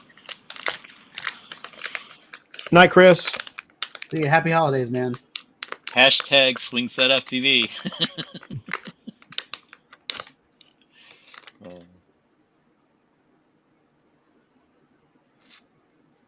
Oh, he's not drone worship anymore. I fixed it. Yeah. Dan keeps he keeps mixing it up.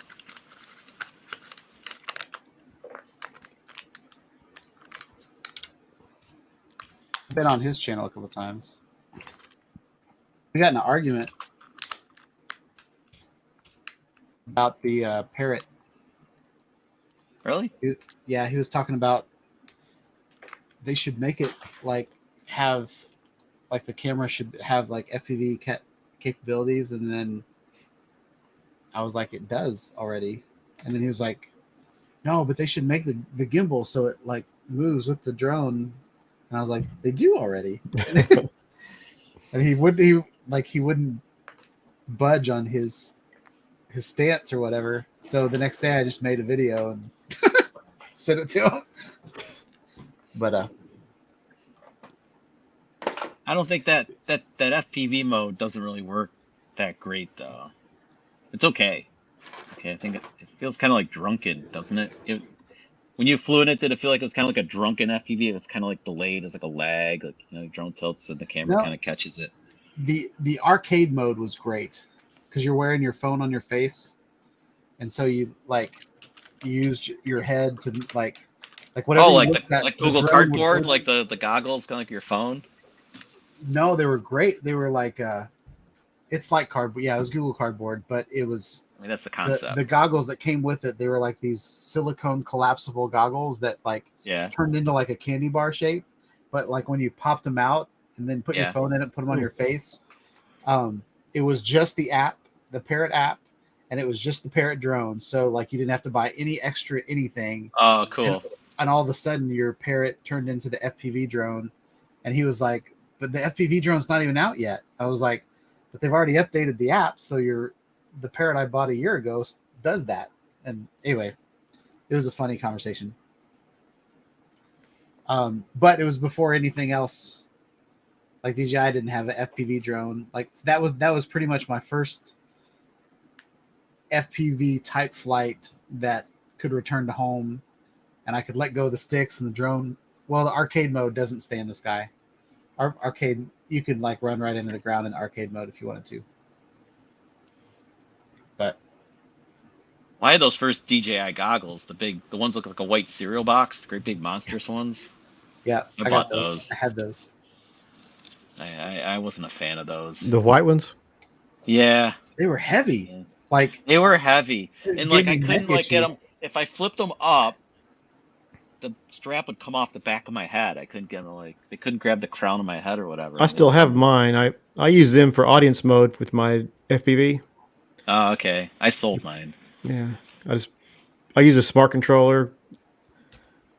It's a lot better quality than if you do audience mode, as you know, probably when you do audience mode in these, it's like half the bit rate and it's just very choppy.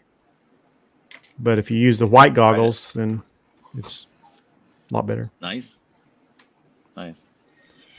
I could probably use my Moverios. Oh yeah.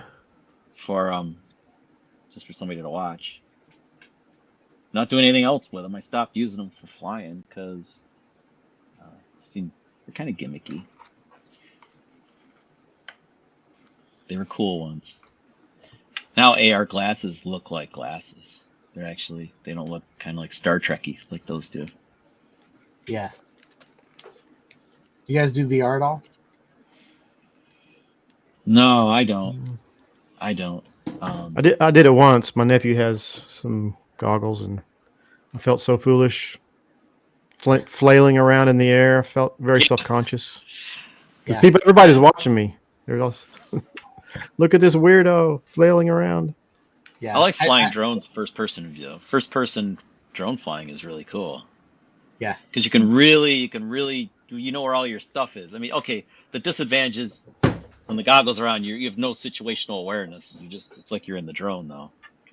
So don't ever fly in reverse, I guess. At least I can't. Yeah. But I remember the first time I flew FPV, I was like, whoa, this is cool. Yeah. You get kind of like tipsy. Mm-hmm. Yeah, I almost fell over. Like yeah, so did I. It was right really next funny. to a picnic table, and I caught myself. I wish like Lori had filmed me when I was flying, because I remember I came close to a tree and I move like this, but that's not gonna save the drone. It's like I'm ducking, like oh shit. Yeah.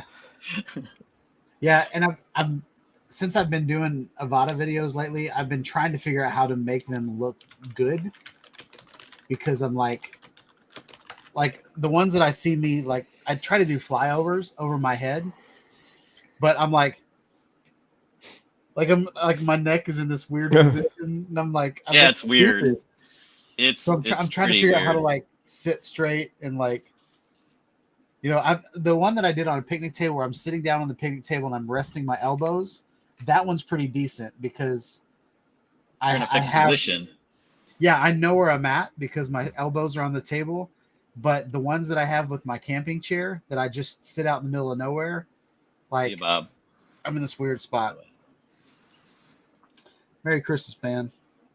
Have a wonderful Yeah. rest of the year if I don't see you. I might see you next week. 4 shopping days left. Get it done. Yeah. We're all screwed. We're- We're all guys. We're all screwed. Yeah. Yeah, we had my wife's engine stopped 4 months ago. So like we're still paying that off, like a car that we haven't even paid off, the engine stopped. So we had to like Oh, spend like $7,000 to put another engine in it. So now the car, like like, we're trying to payments pay left. that off and pay like the payments on the dude. car. So like Yeah. this Christmas we're like we just went through the budget and we're like, okay, so I talked to my mom into giving us our presents tomorrow in cash. And we're taking that cash to buy gift cards for the next day. Dude, like we're like that stacking sucks. getting through the Christmas season, and then me and my wife will get our Christmas presents in February. Oh, that sucks. We what I tend to do is put the extended warranty on the vehicle to get me through the payment period. And like that's Yeah. But I have an advantage. My sister works for she works for a Toyota dealership, and they can sell an extended warranty that's good on anything, and I can get it for cost. Do you know markup on those things is like 100%, basically. Oh, So wow. whenever you go when you go to buy an extended warranty, figure half. Come in and say offer them half, and if they get you partway between, you're doing okay. It's not so bad when if you look at it, it's like say it's like $800 or something. It's like $1,600 for like 3 years, or 36,000 miles or whatever, to get you through your warranty. And figure if you can pay half of that, it's not so bad over the course of your payment plan and stuff. Anyway. Yeah, to me that's like 2.5 extra payments. Yeah, but I mean, like, you wouldn't be in that position you're in now, which blows. But that's very rare, that's what man. I'm I mean, saying, it's rare. It's like I'm agreeing with you. It's a good deal. Did the manufacturer decide to help? Did you reach out to the manufacturer? Say, hey, what's up with this? Like, Yeah, we reached out to see if it was under help? warranty. No Goodwill at all? It's a common no. Ooh. No, it's a common. Sometimes they'll offer up goodwill, depending on like if it's low mileage and stuff. They might be like, yeah, that shouldn't have happened. We can meet you halfway. Ouch, Sean. Ouch. Yeah. It's all right. Oh, it blows. I mean, it's a first world problem, but it still sucks. Yeah. Yeah, and it could be we talked to the wrong people, but I'm never good with strong arming and. You don't have to. You don't actually. I don't know. In my opinion, you don't want to strong arm them. You want to go in and be humble. Like, okay, I bought your product, and like, the car. I love this car. I don't know why this happened. We've done our maintenance and everything. This doesn't seem like something that should have happened at this point in its life. Is there anything you can do to help us? I mean, can you meet us halfway? Hey, do something. Can you help us? We want to. We planned on buying another one after this one was used up. Yeah. Right. Tell them that. It's a Chevrolet. We were gonna buy. We bought Chevrolets all of a sudden. We're gonna buy another one. I mean, we don't want to go somewhere else. Can you help us out and like appeal to them? And then like, cause like if you go and being a dick, cause like I'm in customer service. I mean, I do service for like HVAC, and when the technician's a dick to me, I don't want to help that guy. Right. When the guy comes in and says, "Oh my God, Chuck, I was working on this unit and I shorted this thing out and smoke came out of the board and I don't know what to do now." It's like, well, dude, I can get you another board. It's like, I mean, it's like, it's just try it again, Sean. Go back again. Give it a second spin. Call somebody else and give it another spin, man. Yeah. And it's Christmas time. It's Christmas time. Yeah. We did get Peace on earth, goodwill towards men. Come on.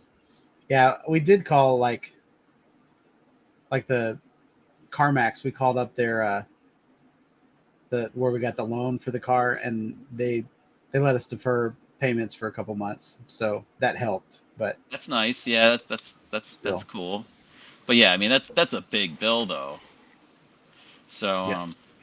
I don't know. Yeah, I they told us it was remember, going to cost $4,000, and then so we had the money to cover that, and then like depleted savings, and then when we that finally went to up. get the car, it went up to like they added like $3 more grand to it.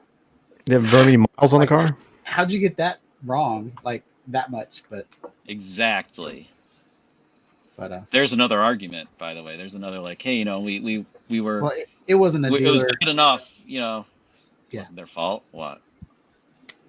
Yep. So that's where I'm at. So now I'm back to selling things so I can buy things for the channel. I can't do a review until I sell something. You need a GoFundMe. Set up a GoFundMe. Help Sean not have to ride a bicycle all winter long. Yeah. We make enough that we should be able to handle this. We just our kids are spending all of our money. So. When my mother has moved on and my two kids have started their own families and got their own jobs, then Aaron and I will be able to afford things. So the empty nesters. Right now, I'm giving my money to everybody else. Yeah. Well, Lori and I don't have any kids, but we're not tickled about that. We're just a cool aunt and uncle. Yeah. But, yeah. This too shall pass, man. This too shall pass. But yep. You'll look back and laugh someday, just not now. Someday you will. Right. You're like, remember that? Talking to your wife. Remember that time when the stupid car like broke and cost us like $7,000? Like shit was really tight for a while. And then I say that because like I bought a brand new Corvette. This sounds like a sad story, right? I mean, the guy bought a brand new Corvette. How bad? Screw him. Anyway, I lost my job like in July. I just put the car on the road in April. I lost my job in July, and I remember coming home like I was all upset. I lost my job. Lori's like, "What are you doing?" I lost my job, and she's like, "Don't worry, the vet doesn't have to go anywhere. We'll make it work." So, but those were hard times. But that was like 2004. No, 2001. So anyway, 2001.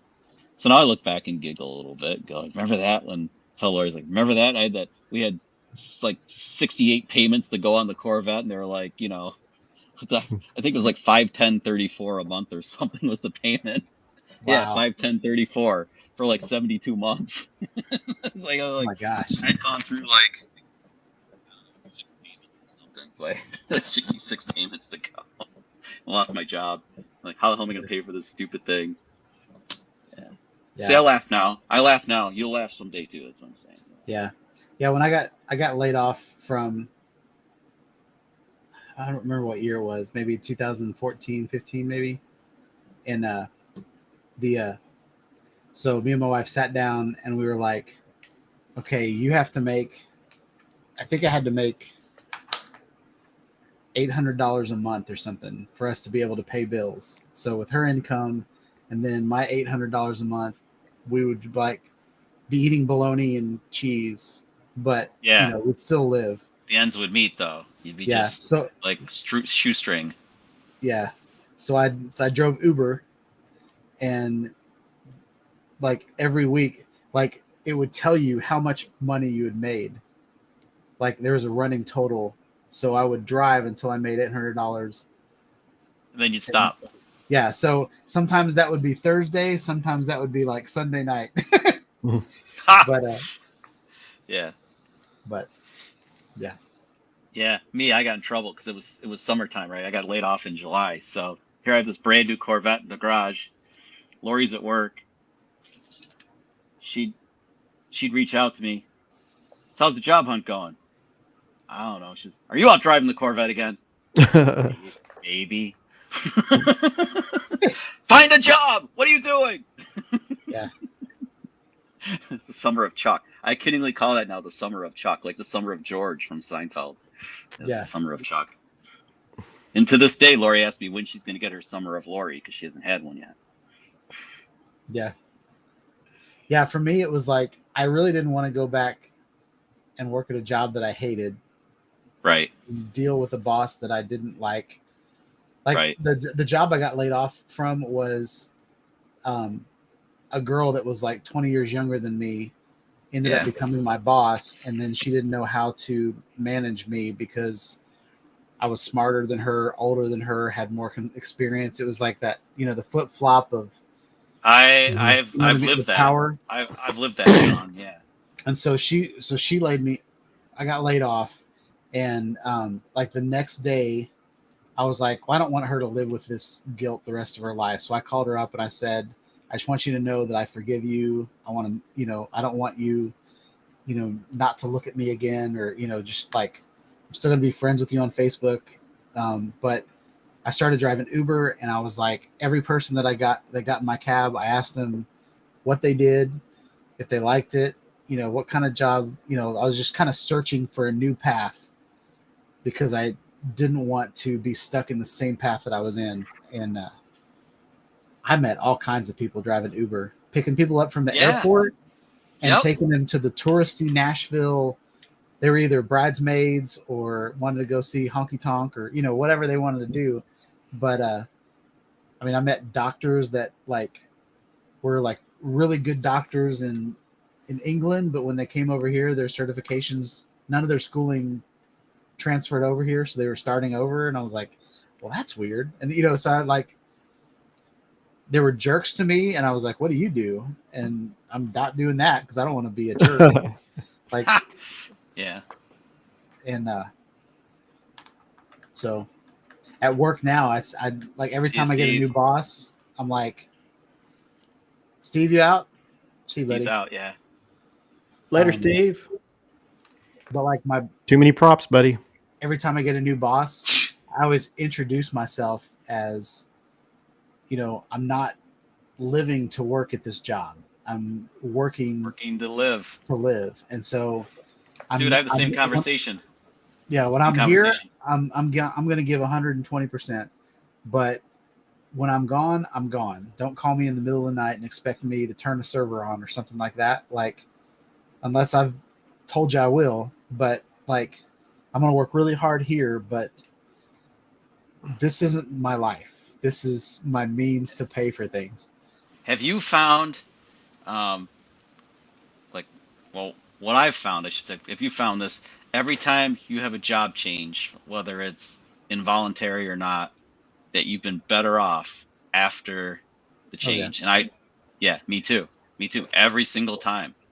Yeah. And it's really weird. Like sometimes like I got canned from this one job, and I ended up working at Pep Boys for a while as a service writer. In fact, the Corvette got me the job. That was kind of funny. And I'm a car guy. Look at this car. I'm a car guy. Yeah, it got me in. So but they knew I was an engineer, and I was looking for an engineering job. And then it turns out this one guy came in the office, or he came in to get his snow tires put on. And I recognized his name because one of my former coworkers at the place where I got let go from spoke highly of this guy all the time. So he comes in, and I'm like, this guy's name's Bob. I'm like, Bob, I heard so many good things about you. I work with this guy, Don, and like he just spoke highly of you. Every day I work with this guy. He's like, what are you doing here? It's like, I was like, well, I lost my job. He's like, yeah, you don't belong here. Give me your resume. And then like 3 days later, I had an interview, and I was it was like back in a good job, like, a normal like engineering job. But the reason I got the engineering job is because that little bit of time at Pep Boys was just enough sales experience, because that's like sales, that it got me into like a sales gig in engineering. It was crazy. Everything falls into place. Like everything has to lead to something else. It's wild. Yeah. So no matter, I'm glad you've experienced the same thing as me, where stuff gets really crappy, but then like, you kind of need manure to grow roses. So. Right. Yeah. Even like forests have to burn down to grow back stronger. Yeah. But But like the experience I had was the job that I got laid off was Mapco, which is like a gas station here it's in the South. and I worked in the corporate office, and I got laid off from that job. In I don't remember what month it was, but we were supposed to get a bonus, and so we always got like this. And it is a big bonus, like $2,000-$3,000 every year, and I was really looking forward to that bonus. But they laid me off before I could get the bonus, and like 2 months before my 5th anniversary, which I was going to go from 2 weeks vacation to 3 weeks vacation a year. So I didn't get my bonus. I got that. Start the clock over. Yeah, I did get severance, which was good, but the severance wasn't as much as my bonus would have been. So anyway, when I left that job, I felt like I got intentionally screwed over. And you got shafted. You felt shafted. Yeah, and when they laid me off, I found out I was getting laid off before they laid me off because a girl from the mailroom came over and said, "I'm really excited to be working with you." And I was like, "Oh yeah, what are you going to be doing?" And she said, "I'm applying for the communications manager." And I was like, no kidding. The same thing happened to me. Really? Same thing happened to me. Yeah, where they hired this chick to help me because the other guy had left, and like, she ended up taking over your job. Working for you. Yeah, I ended up getting my job. So then, like, I called because we had worked, like, she was working for another company. I used to help her all the time, and like, I called her up. I said, "So you have your, your daughter or whatever. You like to spend Fridays with her, right?" She's like, "Oh yeah, they said I could take Friday afternoons off." I said, yeah, let's see, the 2 sales guys you're supporting. Yeah, one golfs all day. He's going to be out Fridays. The other one's doing road trips like up north in New York. Yeah, you're going to be working. You better talk to Fred. Fred was like the sales manager. I said, you better ask Fred about that again. So she calls me back later, like within the week. She's like, yeah, I rescinded on the offer. I'm staying right where I am. I was like, yes.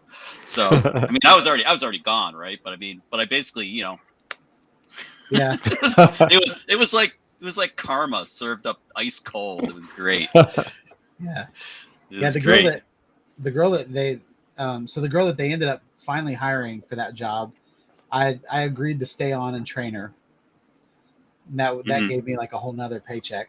But I stayed on, and she was like straight out of college, and like she didn't know how to use like the Office suite. She was super green. And so I taught her as much as I could so that she could succeed, because she was really no part of, like, I can't be mad at her because she's just really trying to get a job. Yeah. No, that's just right. It's not. So, but then when I talked to my boss and I said, I think I wrote a list of all the classes she needs to take so that she can perform the job that I did. And then right before we left, we all went out to J. Alexander's, and I bet they spent $800 on the meal for everybody to say goodbye to me. And I was like, why didn't you give me that money? Like, right. Like, Yeah, I don't even talk to any of these people ever. Like, there are probably a handful of people that I ever work with. Like, we should have just gone out, spent $100 on, some appetizers and a drink, and then just give me the rest of the money. Pocket the rest. I know. Because next week I'm going to be starving. Oh, dude. Yeah. But all that to say that when I was driving Uber, one of my old bosses called me up and said, I have a job that I think is perfect for you, because I'm a designer.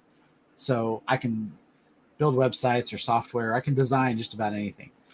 And so he said, I'm the only person that's a UX person at this company, and I want you to come on as my designer. And he was like, he told me the range that was for the job. So he's like, okay, this is the range, so just ask for the top number. And then, like, when I got on, I started out with 3 weeks vacation. I started out with the top number. I was like, what can I wear at work? And they were like, well, we're software developers, so just wear jeans. And I'm like, oh, nice. This is great. And then I had this beautiful window. It wasn't an office, but it was a cubicle overlooking just beautiful Brentwood, Tennessee. And I was like, and then like large, man. Yeah, and this was back in like maybe 2016, maybe, and before COVID. But we were allowed to work from home on Fridays, and I was just like, man, the last job I got to wear jeans on Friday, and I was like, this is just wonderful. And now I work at home, and like I can literally sit in a meeting and then work on like edit a video at the same time. Like I'm listening, but I'm editing a video, or like moving files from my camera over to the computer. Like I can do all these things that like nobody's standing behind me watching me, and I'm still I'm getting more work done now than I did at the office because people don't talk to me all the time about stupid things, and it's just living the dream. I used to hate that when people would say, "What are you doing?" I'm living the dream. I'm like, not my dream. Bunny slippers. Dream this is, my dream is boxers and bunny slippers, baby. Yeah. Sit on my computer and boxer shorts and your bunny fireplace slippers. went out again, Sean. Oh, it did. Well, at least they match now. Yeah, like, no, the drapes. A couple shots ago, it was like a glacier, which really fit. Now it's like a city, but ooh, I like glaciers. When it's blurry, it kind of looks like the Fortress of Solitude. So that's all snowy, but I've been going for a while. 2 hours and 40 minutes. So you getting tired? I am. I'm feeling my age. And I'm sweating like a dog. Oh, it's his hat. Oh no, I kind of. Yep. Yeah, I'm blonde, so any sweat on my head just turns it into like a really bad comb over, a greasy comb over. All of my creative mixing around of the little hair I have left on the top of my head is gone. You just see these like 6 streams of hair. Just shave it bald. Yeah, he can. I'm not gonna do that. He's gonna keep what he's got and deal. I've got enough up there. Soldiering on. But like the video that I did with Ken Heron, like I accidentally had the wrong clipper setting and shaved my head really, really short. And you can tell how bald I am in that video. Where the drone's going over my head, it's like mad. Call that the bald video, Sean. You did a video with Ken, huh? Yeah, he had a meetup where he lives. I think it's Jefferson, Tennessee. Oh, that's right. He lives like an hour away from me somewhere. All right, that's cool. And then, but it was a flight. It was right when the Paradenofi came out, and he had a speed gun from a cop, and so we did a video where we were seeing how fast our drones could go down on a runway. Why do I feel like I remember that video? We had the speed gun. Yeah. Has he used that more than once?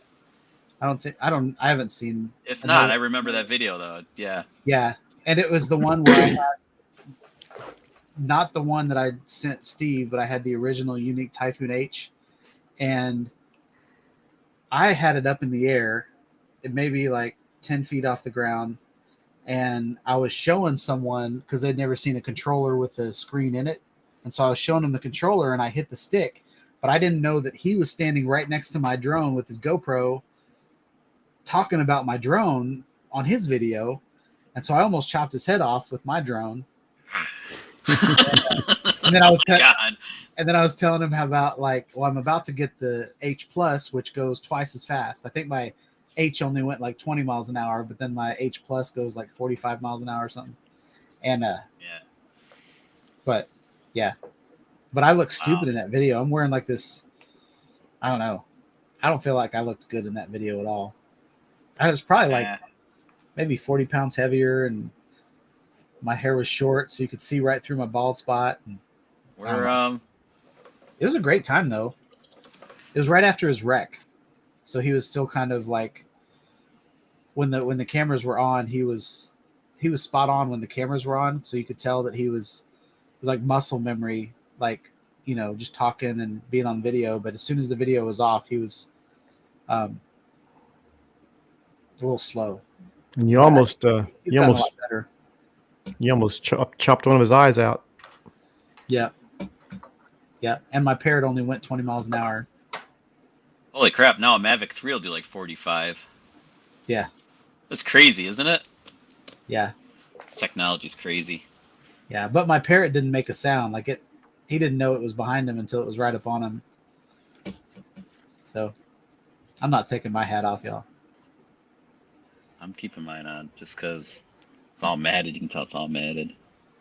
Yep. Sticking with it. Just call me Matt. I need to scratch my head. But I need to be like one of those ladies with braids in her head where she just kind of smacks the. I don't want to mess my massage hat up, so I'm like, your hat. it's just right there. So we've had a drone meetup every year in Oklahoma City, sometimes several a year, since like 2016. This year was the first year we didn't have any meetups, so kind of disappointing. Where do you guys fly in OKC? Because like when I the last time I went to OKC, I brought my my Mavic Air, I think. Anyway, I never flew it. I couldn't find a place to fly. Plus thing in the plains, it was really windy. But then I couldn't find anything really cool to fly. I wanted to fly that OKC sign, like kind of outside the city. Then I wasn't good enough pilot to like pull that off, like do like a pullback from the OKC. And, like, then I had nothing else with it. I think that sign's close to the police heliport, so it's kind of sketchy, if I remember right. Probably sketchy now, but it might not have been then. I might have been able to pull it off then. But now, you're right. Now, if it's close to a heliport, forget it. Do heliports have the same rules as airports? Like, is it like 5 100 miles? 100 feet? That's 5 miles. It's like 5. The reason I couldn't fly a drone when we did the dog sled thing, I was gonna put the Mini 3 Pro in my pocket of my it fits in the pocket of your coat. It does. I was gonna bring it in because you could on the helicopter you can only bring what fit with your person in your pockets. And I was gonna bring the drone and I'd asked him about you can't fly there. I said not at all. No, it's like a live heliport because you land by helicopter on the glacier. It's like shit. Oh, because wouldn't that have been cool? I wanted to let Mini 3 Pro just track us. Oh yeah, that'd be awesome. Yeah. I mean, it has 45 minutes of flight time. The sled part of it was like 30 minutes. The drone had plenty of juice to just lock on us and just follow us. It would have been epic. So since the whole glacier is like open season for any helicopter, like you can't fly near the whole thing. Right. Yeah. Because helicopters come and go. So it's a no fly. And then, but that's where this thing came in though, Sean. That's was like, okay, well at least I can get something fun. And they had never seen it before. Did you have trouble exposing with that on the bright white snow? No, it worked out okay. Cool. But, all right.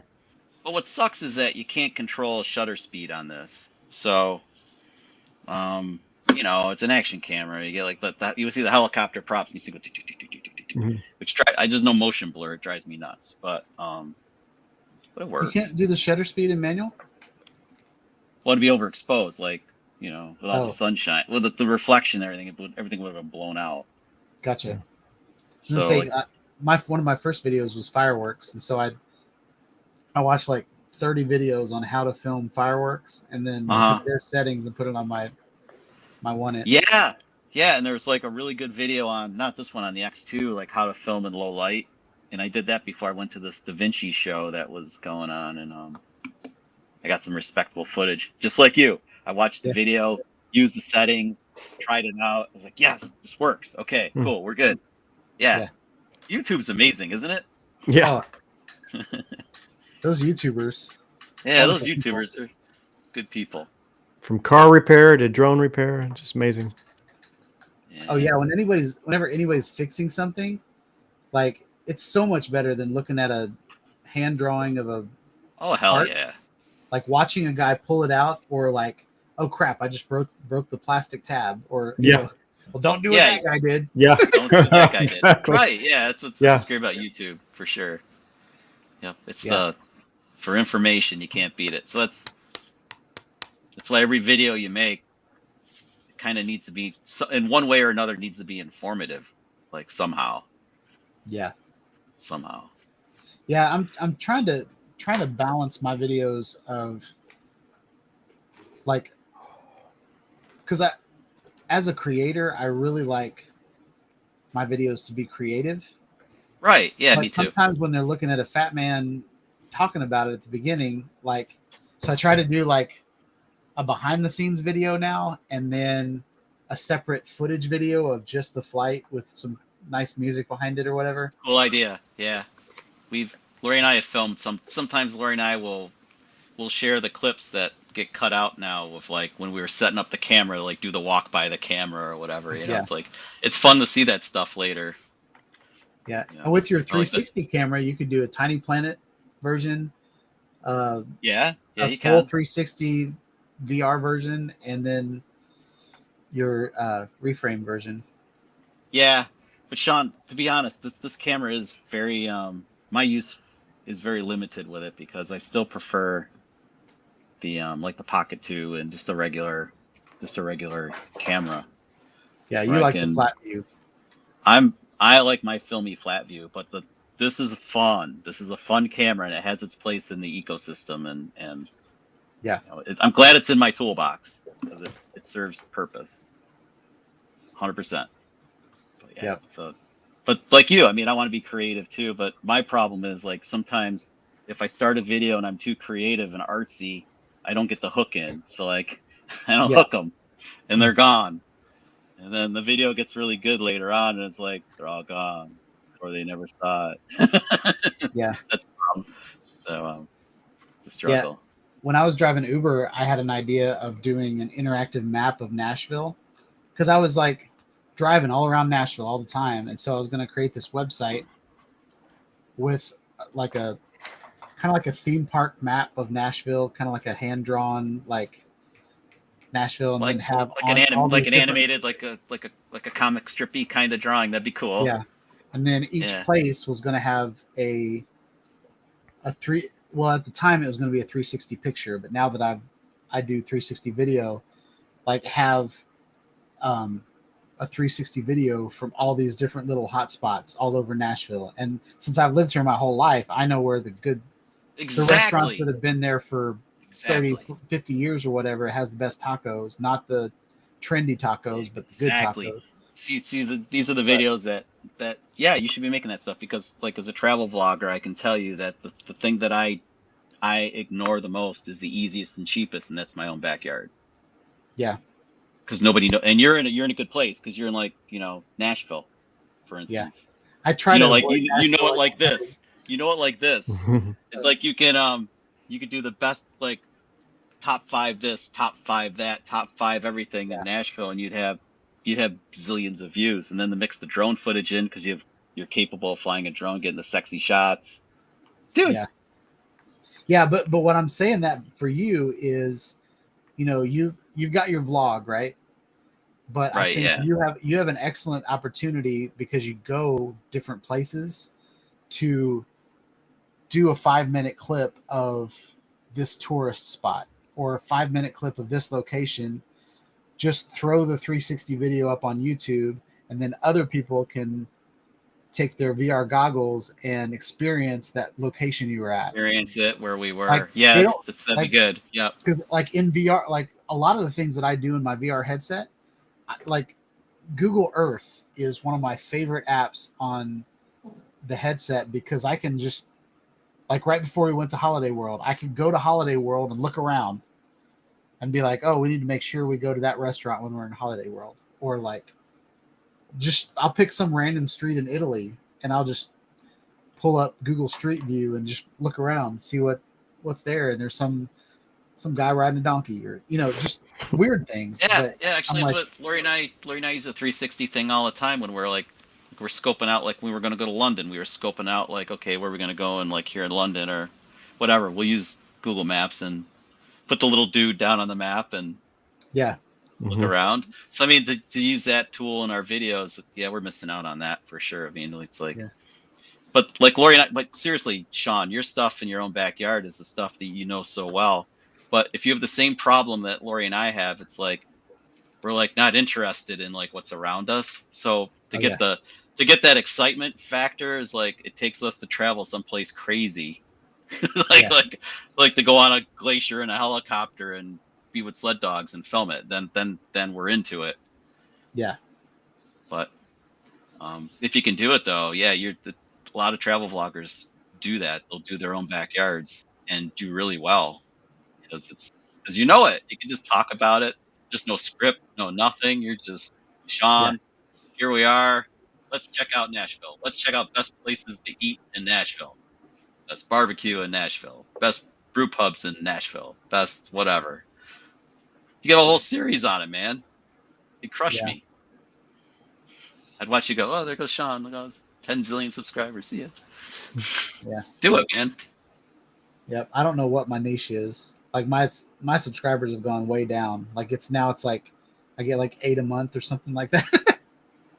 I don't know. In the last 28 days or whatever that thing is. I don't create enough. Lori and I don't create enough because we have full-time jobs like you. So it's kind of like.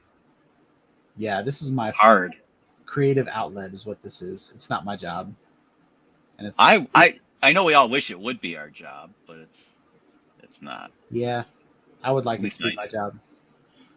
There's nothing I can spend hours editing, and like people are like, "Oh my god, how can you? Like, editing sucks. You can spend hours doing it." Yeah, it's my favorite. Yeah, yeah. I think for me, it's my favorite part because I'm reliving a vacation or something. As I'm putting together the story to share with you and everybody else, I'm reliving it, and that just kindles me. I'm like, okay, I'm in. I'm all in. This is great. Look at this coming. Oh, this is great. So I don't know if you feel the same way, but it's like it's very rewarding to build up stories. Music is still the hardest for me to do. Oh, but it's to me it's the most important part. The music is the soul. It's the backbone of your video, and like that's why like I called out Sean on Epidemic. I'm like, that's Epidemic sound. I know it is. Yeah. Chuck, you use Epidemic, Chuck?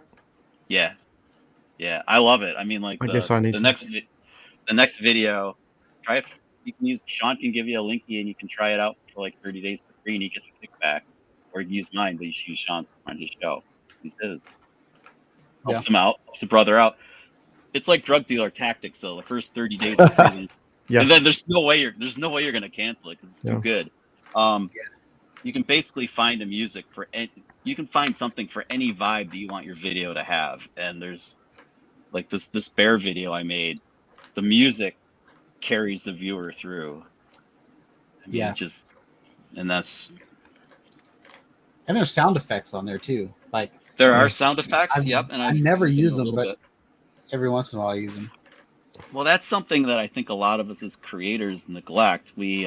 You want to use, if you can record with a microphone, get the sound around you. You're flying your drone. Yes. You want to get that.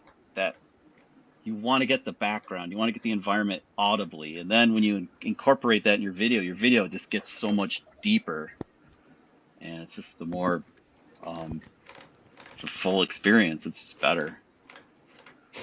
Yeah, that's my Epidemic sound link. It's also in the description of every video I have. Yeah, mine too. And I think I've had one person help yet, but why not? If you're gonna try it for free, help Sean out. Try it for free because it does help. It helps him out. I used audio blocks for a number of years, 3 years or so. They weren't all that good, but there's another one like Artist.io or something. Artist.io, Artist.io is it's just like Epidemic. In fact, there's carryover. You'll find some of the same artists on that one too. But audio blocks, you get a lot of YouTube takedowns, even though they weren't supposed to be taken down. So you had to jump through hoops to get it back. Is a pain. Epidemic's been pretty easy. And I'm going to knock on wood. I haven't had a problem yet. But I love like the music on Epidemic. You can grab the version with the vocals in it. There might be a song. So not everything has vocals in it. You don't want vocals all the time, but there's stuff with vocals, and you get the instrumental too. Yeah. And then you can lay the two over one another in sync, and then you can bring in, like, for us as vloggers, Lori and I can strategically place clips that go with the music and snap. And I can have the pertinent parts of the vocals, so the song has purpose in the video, and have our talk stuff and go back and forth. And yeah, it takes hours. It takes hours to do that. If you ever watch my videos, it takes hours to do that, but I think it's pretty cool. So I go through that extra effort to do that. And Epidemic is great. I do it a little simpler than that. I do the intro with the instrumental, and then I do my logo so I don't have to sync anything. And then when I go into the footage, that's when I edit the videos. But I do overlap the end and the beginning of each song, so they kind of you can feather them, just feather a little bit. Yep. Fade in and out over. Yeah, it works out really nice. And then what's really cool is you can find songs that just flow together, where they'll just, you know what I mean, where one song will flow naturally into the other, and it's like, yes. It's like, have you used the stems at all? Yeah, sometimes. They have purpose. Yeah. Not very often, but occasionally I'll use them. If you download everything. Yeah, I spent a little while, like, because I'm a singer as well, so I downloaded some stems at one point, and it was like kind of remixing the song, and then carpool karaoke stuff. It was gonna be like the intro to my channel. It's like Sean at Studios or something like that. There you go. But there you go. Yeah. I never had anything that was good. Like, so yeah, Brent, stems are just they're like the instrumental portion, the bass portion, the vocals only with nothing else. So stems are the individual components of the song. Okay. Each track. And I didn't know if you knew. If you didn't know, I was really sure. No, I didn't know. So thanks. Yeah. They're also. I didn't know either until I downloaded them. Stem. Layers, baby. Layers. So do you guys use just the personal account in Epidemic? For now, $9. Yeah, I think so. For now, yeah. And if you're a TubeBuddy guy, are you on TubeBuddy? Do you pay for that? No. If you pay for TubeBuddy, but I don't ever use it. You get a TubeBuddy gets you a discount on Epidemic. Did you know that? I didn't know that. Well, check it out, Sean. I think you get a little. I mean, you have a lot of subscribers. You might be over the threshold, but if you go into TubeBuddy and you can partner up, you can say that you have Epidemic. You can link the two together, and you get a little bit of a break on your monthly. Okay. $1 a buck. Yeah. So what do you use TubeBuddy for? How do you use it? Oh, I use it. It helps me create thumbnails. Well, it was helping me create thumbnails and keeping track of growth of the channel and stuff. But now I just started doing my thumbnails. First one ever is this next video. I did it in DaVinci and had really good results. So I might just be doing them on DaVinci from here on out. But it was more about keeping track of growth and stuff. Yeah. I get notifications every once in a while, like a million hours, or just weird things. Yeah, they're fun. And vidIQ has it too. I don't think you have to pay for vidIQ. I know what that is. Yeah, it's I tried to do Think Media's. I took a Think Media class. Oh, that's the other one. That's another one too. Think Media. Yeah. But I didn't like Think Media because it turned into. Dre was saying he was listening to Psycho Killer, Talking Heads. David Byrne. Oh wow. Really? You hear me in your headphones? That's scary. Psycho Killer. Kiss say. Yeah. Great song. Psycho Killer. Yeah. You do David Byrne really well. And you may ask yourself, where is that beautiful car? Where is that beautiful wife? Is that the same song? That's Talking Heads Once in a Lifetime. That's Once in a Lifetime. Yeah. One of the first videos I saw on MTV, because I'm that old. And yeah. Yeah, I'm that old. Hey Dre. How you doing, man? Is there a message in this? Yeah. So yeah, music is huge, and it makes all your videos better. Audio is the most important part of a video. Not that Video? Oh, well, dude, videos.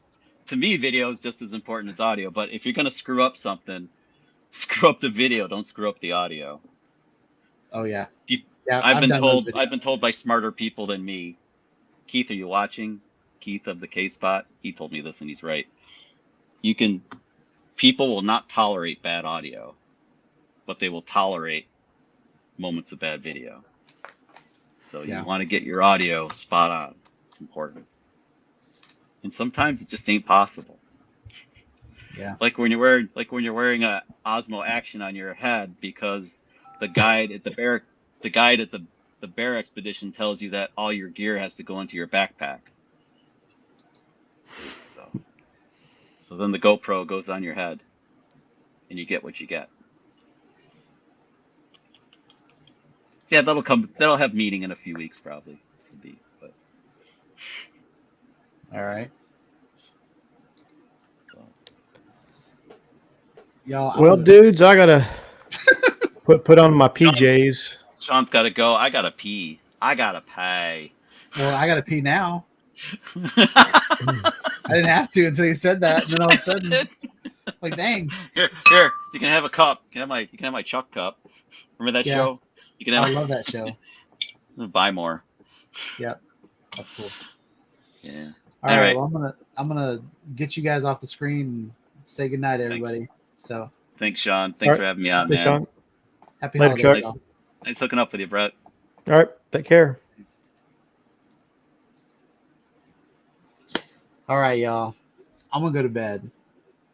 This is probably one of the longest streams I've had in a while, 3 hours. So hope you guys have a wonderful holiday. Hope all your dreams come true.